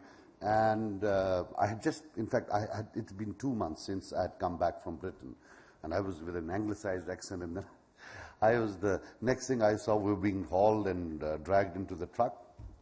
Now here is the story of 3 Indians, a Jawan in the BSF, a DIG in the BSF, and a Bada Sahab in the BSF. When I'm there in captivity for 45 days, my tipping point in my transition towards Indianness starts from there. It's not, I'm not complaining, but once you are arrested in suspicious circumstances of charges of terrorism, you're not expected to have a 5-star treatment, and things are very bad over there. I'm sure there must be many people from the security establishment who would know what it is like there. We're blindfolded, blah, blah, whatever. In fact, when I came in, somebody asked me, called out me by name, and I thought they've come to release me because I wasn't neck deep there. But he had come for other reasons, and for 20-odd minutes, I was, in very bad shape. But on the 3rd day, there was this Jawan, my hero of India, my ambassador of India. I don't even know his name, but I salute him even today, who came into my room on the 3rd day. And he was from Haryana, and apparently Haryana government is one of the sponsors. I had thought this would be in Gurgaon, and I would pay my tribute to that great man. And he, in his accent, said, "Mere to ugrwadi na lage, अच्छे घर का लगता है," and started our friendship. He would come and talk to me and say, "क्या बात है?" I said, "मैं पढ़ता था बाहर यार, आ गया, फंस गया." Things were tough. If they would take us out, they would blindfold us. He would come in the evening, talk to me. And I still remember his words. "ए देश तेरा है, कान खींचेंगे उखाड़ेंगे नहीं, जैसा तेरा छोटा भाई कोई प्रॉब्लम करे वैसा ही तू मारेगा तो नहीं उसको." For me, those days in that context, when everybody around you thought that you should be killed, you're of no use, you're an enemy, there was this man, a Jawan, who would sit with me and preach Indianness to me. He has been and will always be my hero. The topmost thing was, on the 10th day, me, my brother was also there, and there was a 3rd person. Around 2 a.m. in the night, his hands, we were in that, the door was like a cage, with those bars. And there was a curtain. And his hand I saw wriggling, and he sort of woke me up. And I said, "Kya hai?" He said, "मैं मेरे दोस्त chicken बनाया था, 3 दोस्तों ने मिलके. मैं सोचा तूने इतने दिन चिकन नहीं खाया, ये चिकन ले ले." He had 3 pieces of chicken, not the big ones, the smaller ones, the throat, the head, and something else. And from his pocket, he took out 4 chapatis. And he told me that, "Koi dekhe na." He was doing it without his superiors knowing it. Uske niche kha le. We had the 3rd friend. He said, we were Muslims. He said, "Khana nahi ye jatka." I said, "Yaar, pyar se diya hai, main to khaunga." So we ate it. And this 3rd friend finally said, "Acha, ye roti de de, main thoda wo iski curry kha leta hu." So which is basically the same thing. But the point is that we developed a rapport. And he was a hard taskmaster. Everybody was scared. If somebody wouldn't break, he would break them. And here he was, showing full compassion. When I left, he hugged me very tight. And he said, "Mera dost hi to lamba chalega. Tu bahar ja filal. Idhar na rahiyo, ye jagah filal achhi nahi hai." And he had tears in his eyes. I gave him my number, for my Delhi number. Those days we didn't have mobiles. Apparently he had called once because they told me somebody from Haryana had called. And I had no friend in Haryana apart from him. And thereafter I lost him forever. I don't even know his name. But my tipping point from bullet to ballot, or from one end of the spectrum to another spectrum, has been that man. And will always be that man. The other person was the DIG Saab. Now these 3 people I met, we met them concurrently. On the 2nd day, I was blindfolded, taken to DIG Saab. I still remember there was a map of India on the wall. He was there was a table. And there was a sofa, and I was on the floor. And there were 2 gentlemen on the sofa. And when they took my blindfold off, the DIG Saab said, "Kaisa lag raha hai?" I said, I had to, I couldn't talk, so I just bowed down my head. He said, "Are you ashamed of being here?" I said, "Yes, sir." So then I looked as those two guys, and I didn't know them, but I could predict they're from the Home Ministry, from a certain department. So they were there. And he said, "You should be ashamed of yourself." I said, "Yes, sir." And he said, "How have we been treating you?" So I just kept quiet. Then we had a discussion. He said, "What were you doing there?" And the two men on the sofa said, "Speak in Hindi."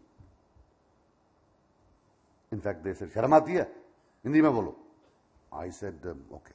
But I wanted to speak in English. I thought I'll be able to reach out to them. Finally, they said, after 2 minutes, "Ab bolo, bako Angrezi mein." That was...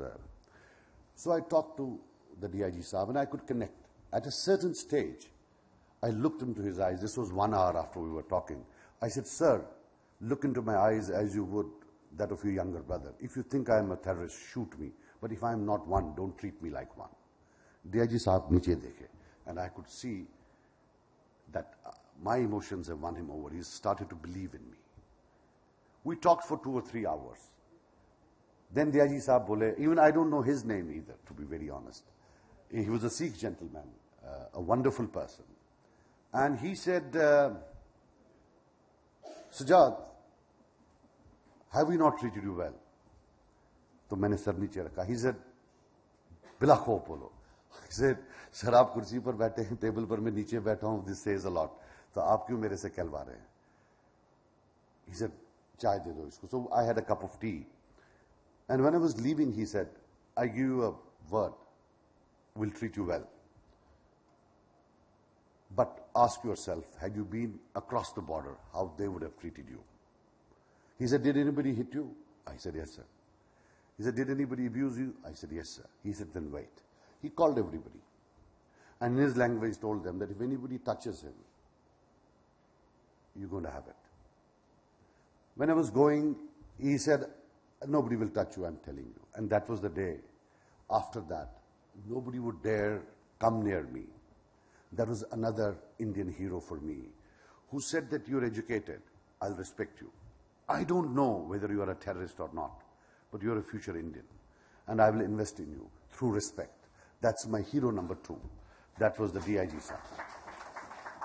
Such was his love that on the 45th day, when all the interrogations had ended, we were shifted to what was called Papa 2, which is the current Honorable my Chief Minister's residence. We were in a store, and we were now happy. Things have gone, interrogation is over. In the morning, somebody called, "Bola sahab, falam wo department wale aaye hain, kuch sizat log unko dhoond rahe hain." And I said, "Oh God, the interrogation has started again." So they took me. They were very respectful. I had that blindfold.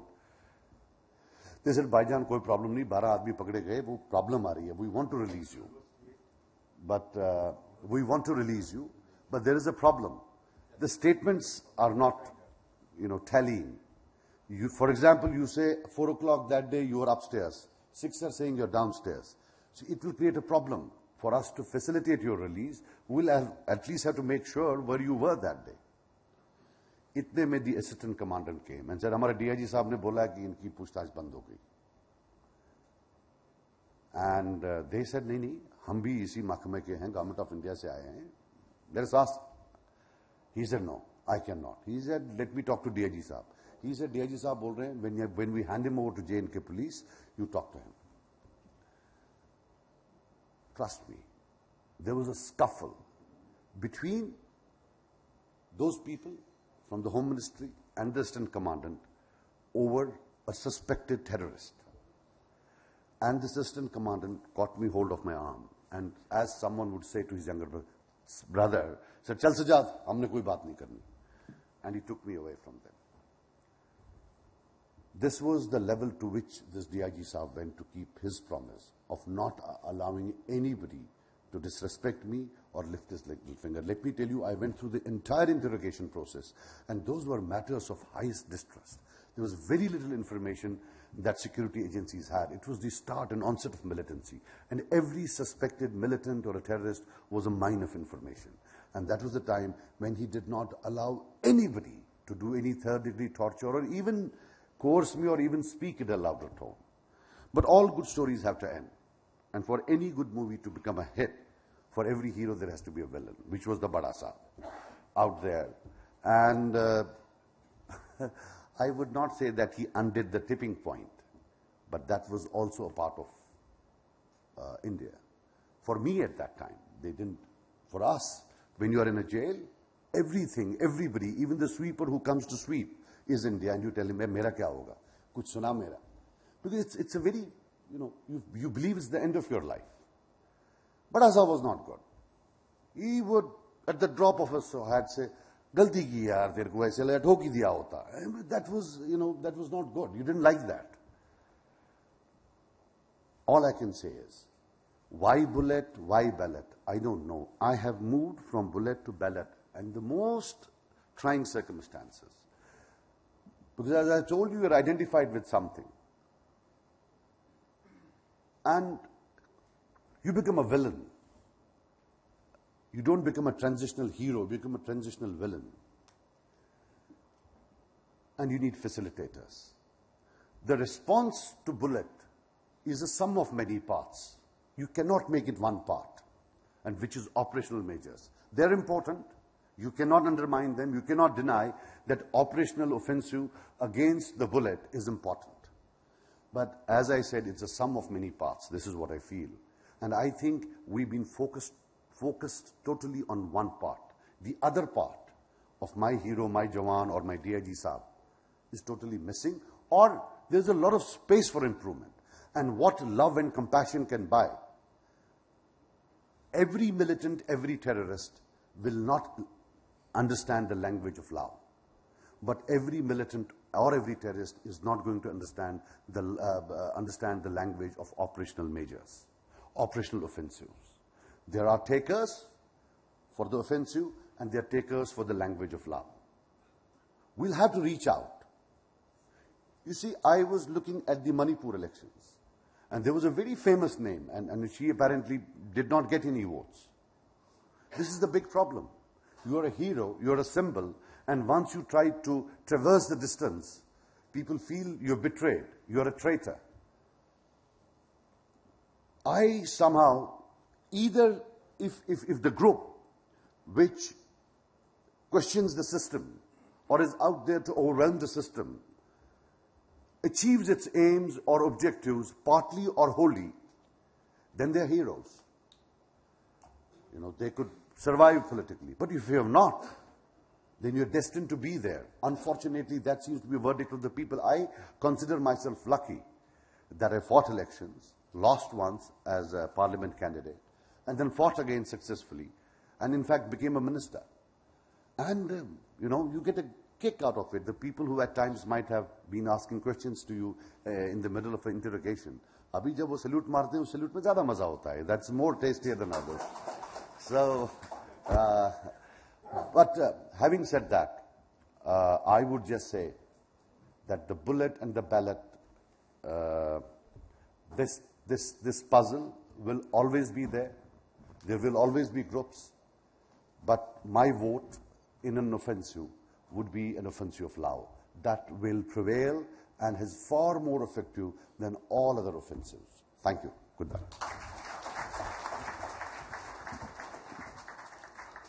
Thank you. Sajjad, it's a wonderful sharing of your experience. I can describe you as an evolved product of a difficult situation. So, another great man from the point of view of what we are discussing, Hagrama Mohilari is one of those dreaded figure those days, early 90s. And today he has evolved as a successful politician, and he is the chief executive member of the Border and Territorial Council.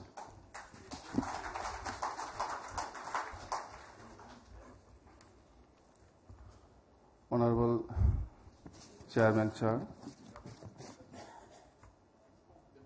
Minister of State Home, Government of India, and respected Sri Saburam Bhattacharya, former Prime Minister of Nepal, and Sri R. Sampandan, leader of opposition Sri Lanka, and Sri Sajad Lani, Minister of Social Welfare from Jammu and Kashmir, organizer of the conference, ladies and gentlemen. Today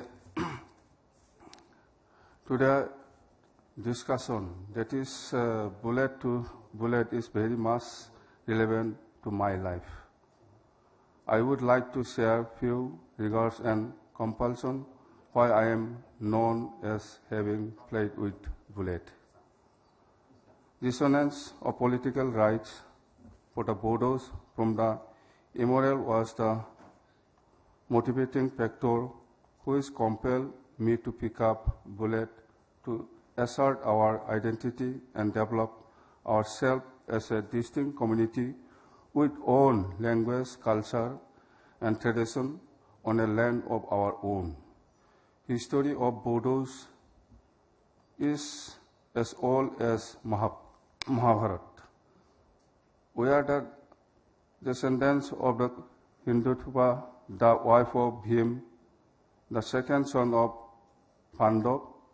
The holy temple of Kamakhya, situated in Guwahati, was built by Bodo king, who is mentioned as Narakas Asur in the Puranas.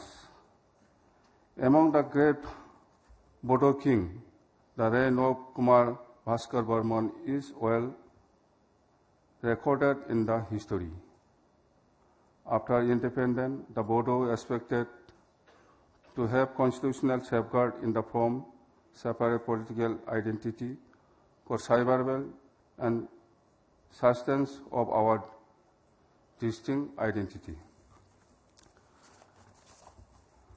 Friends, you are aware that Assam has long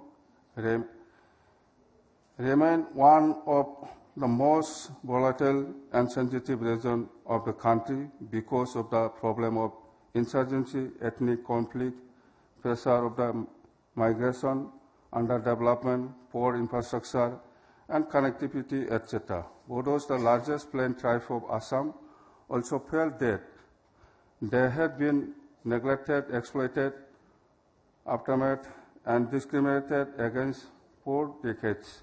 The growth of literacy and education among the plain tribes of Bodo inhabited district was among the lowest. We started a movement for self-determination in 1987 in a democratic manner.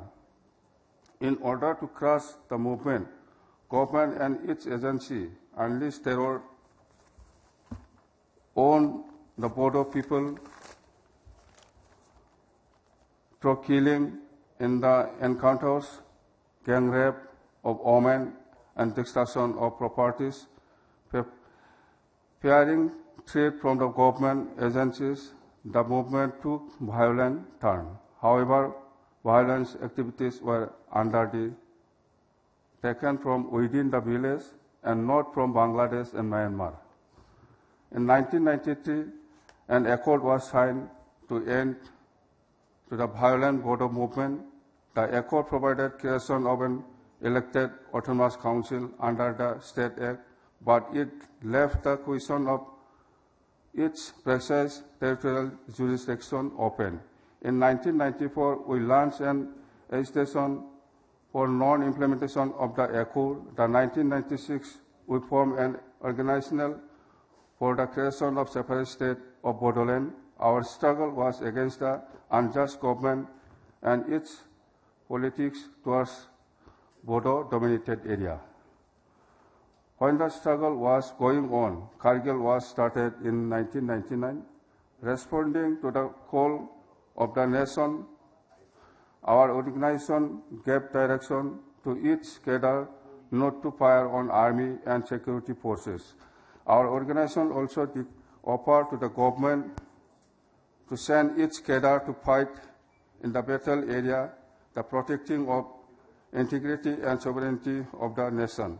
This gesture on the part of our organization was appreciated by the central government, and it is also directed its security forces not to target the Bodo cadres. In July 1999, BLT declared unilateral ceasefire in the response of central government appeal for talks. During the tripartite negotiation, which lasted nearly 3 years, we are fearfully and logically put for our concern, but at the same time appreciated the limitation of the government. We never asked for the sovereign state, but settled for the sixth schedule status of place separate state, but with special provision. In the February 2003, the central government, our organizational Bodo Liberation Tiger, and Assam government signed Bodo Accord for creation of Bodoland Autonomous Council under modified provision of 6th schedule of the Constitution. Pursuant to the accord, Bodo language was also included in the 8th schedule of the Indian Constitution. As per this accord, Bodoland Territorial Council would have legislature, executive, administrative, and financial power with respect to the subject transferred to it. This includes 10 major socio-political areas. Further, the Council would have 40 elected and 6 nominated members. The accord also provided for adequate devolution of fund and special central assistance for creation of socio-economic infrastructure development. The Territorial Council jurisdiction of the Council was also determined so as not to repeat the mistake of 1993. The accord raised hopes and aspirations of the people. We have been trying to fulfill this since then and have taken large number of steps with the power given to the Council and resources made available. 3 times elections have been held to the Bodoland Territorial Council after the accord was signed in 2003. In all these elections, people from all communities have taken active interest, and the elections have been by and large peaceful. During the journey in the last 14 years, the Council has taken number of initiatives for the benefit of the people living in the jurisdiction of the Council. It believes in the philosophy of the Sabka Saath Sabka Vikas. The initiative inter alia include improving the connectivity through the length and breadth of the Council area, creation of institutions and strengthening of the infrastructure to raise the education standard, including Bodoland University, Central Institute of Technology, skill development, etc. Construction of river embankment and bonds to control flood, creation of employment opportunity, putting in place basic facility in the village through special central assistance, upgrading the facility and availability of the doctors and staffs, nurses in government hospital, etc. We would have achieved much more as some of the provision of the accord remain unimplemented. Whenever any major initiative projects are taken up in the Bodoland Council area, we consult all stakeholders and not impose decision. The progress and journey from 2003 onward has been benefited the entire area as population. There has been overall progress in all spheres with the active involvement and support of all communities. We may not have fulfilled all hopes and aspirations of the people, but have come a long way.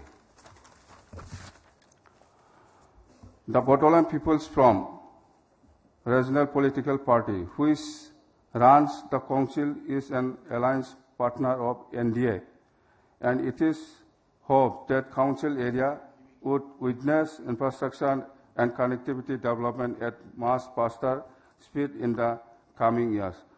The experience with ballot has proposed that we are able to give our Brighton and sister an identity, preserve our language and culture, and run institutions, bodies and systems to the larger benefit of the people.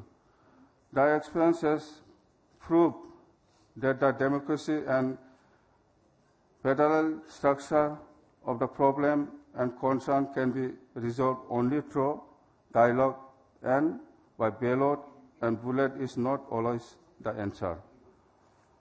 Before I conclude, I would like to quote speech delivered on April 3, 1964 at Colonel Methodist Church in Cleveland, Ohio, USA, by human rights activist Malcolm X, who advised African Americans to judicially exercise their right to vote, but the caution that if the government continued to prevent African Americans from attaining full equality, it might be necessary for them to take up arms. Thank you. Thank you, all of you. Thank you so much, Hagramaji. Well, I will not take further time. I am just having a paper from the organizers that we can take one round of question. But before that, I would like to extend my heartfelt thanks to both our friends from Sri Lanka, the leader of opposition, and the former Prime Minister Bhattarai from Nepal. And as we are all part of the same subcontinent, we have same kind of complexities in terms of the problems which we face. And the important point which our leader of opposition from Sri Lanka remarked was that there's no need for further fragmentation of our territory, especially for those who are secessionists, those who are fighting for separate identity or a separate territory, so to say. Because I believe that we are all sovereign. Especially in India, we say that when you want a separate nation, why for? You are a sovereign in yourself. In India, as per the constitution, sovereignty lies with the people. So everybody is sovereign here. There's nothing that somebody is ruling on you. You are ruling yourself. You're authorized citizen. You're voting, taking part in the election process. You are making your own government. So there's nothing to really cry for in India. We have two major issues where a group of people are believing in violence due to ideological reason, and there is another set of people who are fighting for identity politics, or you can say that ethno-nationalist movement. They want to have their own identity. What Mr. Hagrama and his group did was they wanted an identity for the Bodos, same as we have many groups in many parts of our country. So another point I just want to make a mention about what Sajjad had mentioned about the Iron Sharmila, the Iron Lady, which media has described, from Manipur. She received 90 votes and she challenged the chief minister after 16 years of fast. So the problem is, when I just want to share with you, she sent her people to me. She wanted to meet me or to meet the home minister. I just had a simple message that there's no problem, we have to meet. Otherwise, what else the government has to do? We have to meet people, we have to address the issues. My only small request was, while you are saying that you are opposed to Armed Forces Special Powers Act, which is very much within your right. As a citizen of this country, you have the right to make an appeal. And you have the right to oppose a particular bill or an act. But at the same time, kindly appeal to the other side of the people because of which this law was enacted. You appeal Government of India for repealment of this act. At the same time, you kindly appeal those people who are responsible for all this kind of act which was made necessary. Because those who are believing in violence, if they stop violence, this act will not be necessary at all. So if you appeal both sides, you could have secured more votes.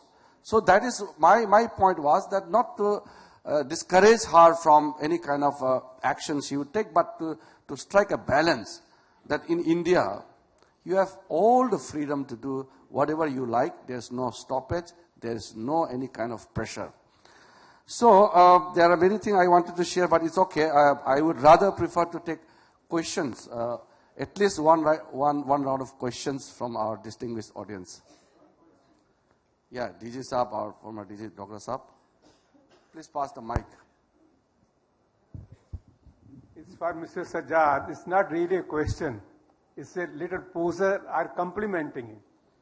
I think in his battle, shifting over to the electoral process, his father had a great influence on him. I remember his statement some years after 89, 90, that time has now come for militants to separate and for us to start negotiations. I think that resulted in his killings at the hands of the terrorists, and that might have played a great role on your mind also. Am I right? Yeah, you see, you can't, a personal loss cannot be used as a reference point for a big decision. Certainly, of course, there is an element of anger. It certainly does. I do agree with you. And I can tell you, as a son, I feel very happy that the people who killed him, I can tell you in political terms, they paid a heavy cost. I can tell you that. Next. I could see the hand. Yeah. Kindly somebody bring the mic there in the back. Yes. Yeah, my question is to Dr. Baburam Traisau. Sir, can you elaborate why there is a shift Nepalese people's relationship from India to China? Whether it's a political choice or compulsion, why there is, and how long it will continue?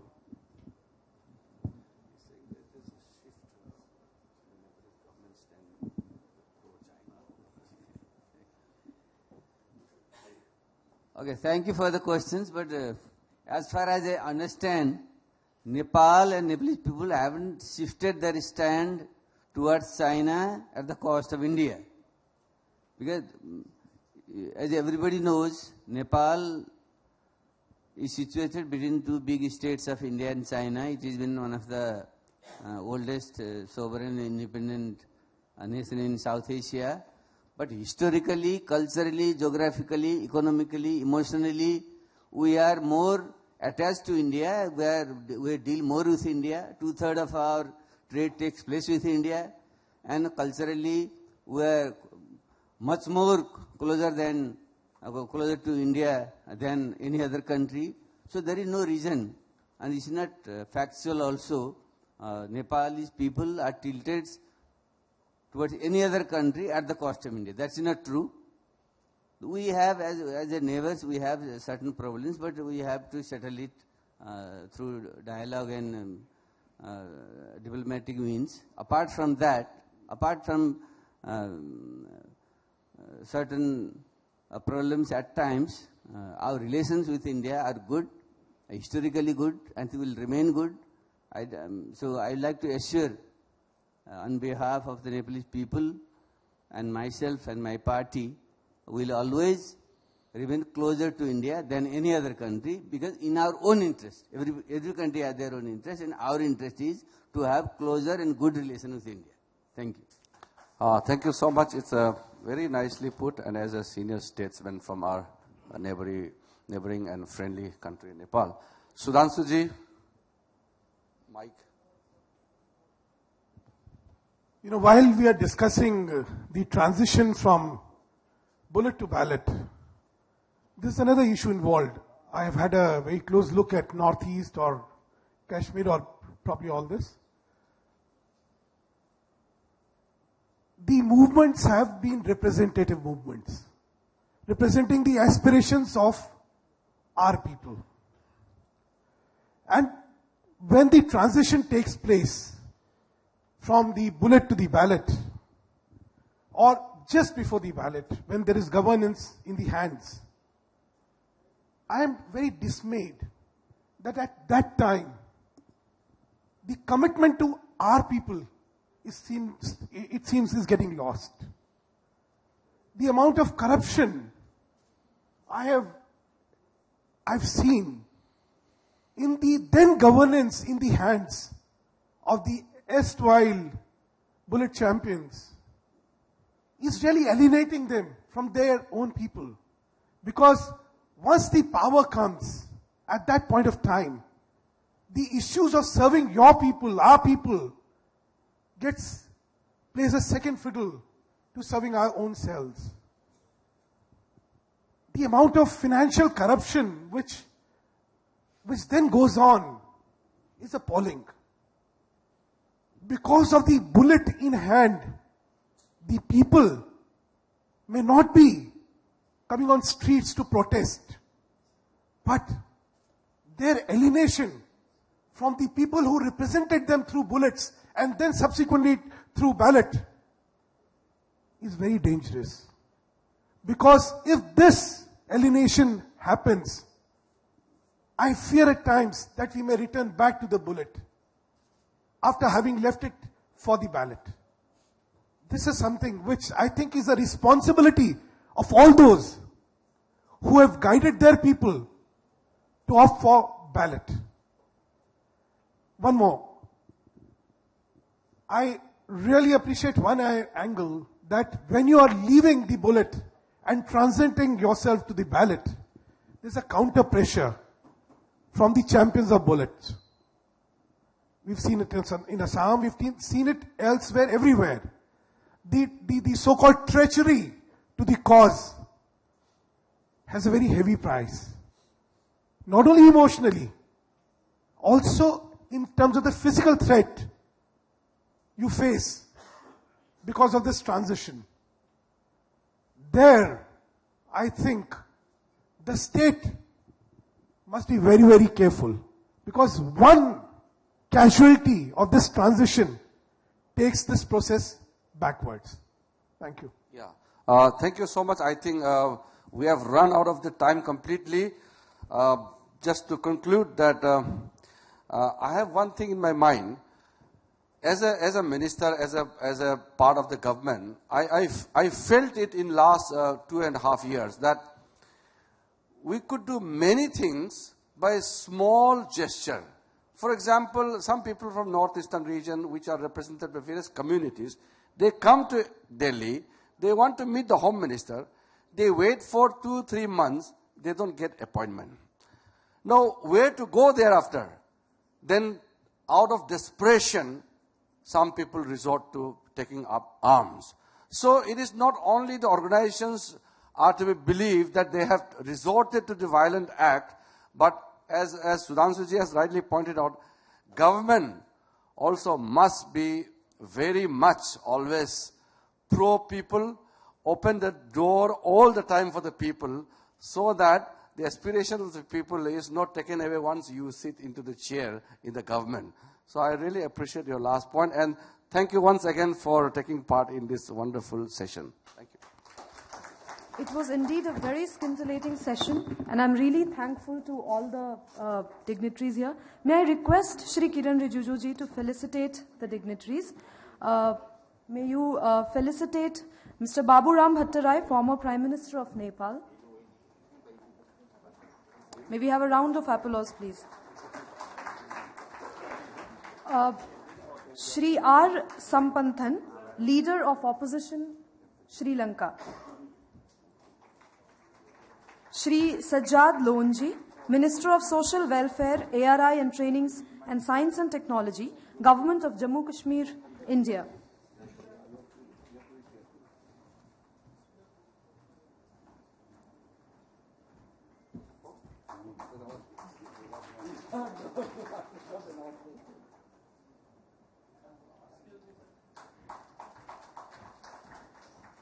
May you please felicitate Shri Hagrama Mohillariji, the Chief Executive Member of the Bodoland Territorial Council.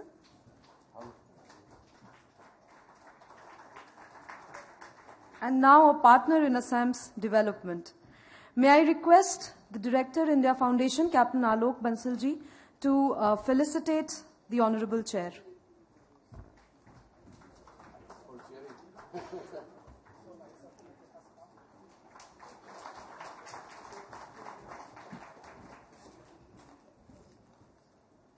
Maybe we can break out for tea right now, but we reconvene at 6:30 p.m. sharp.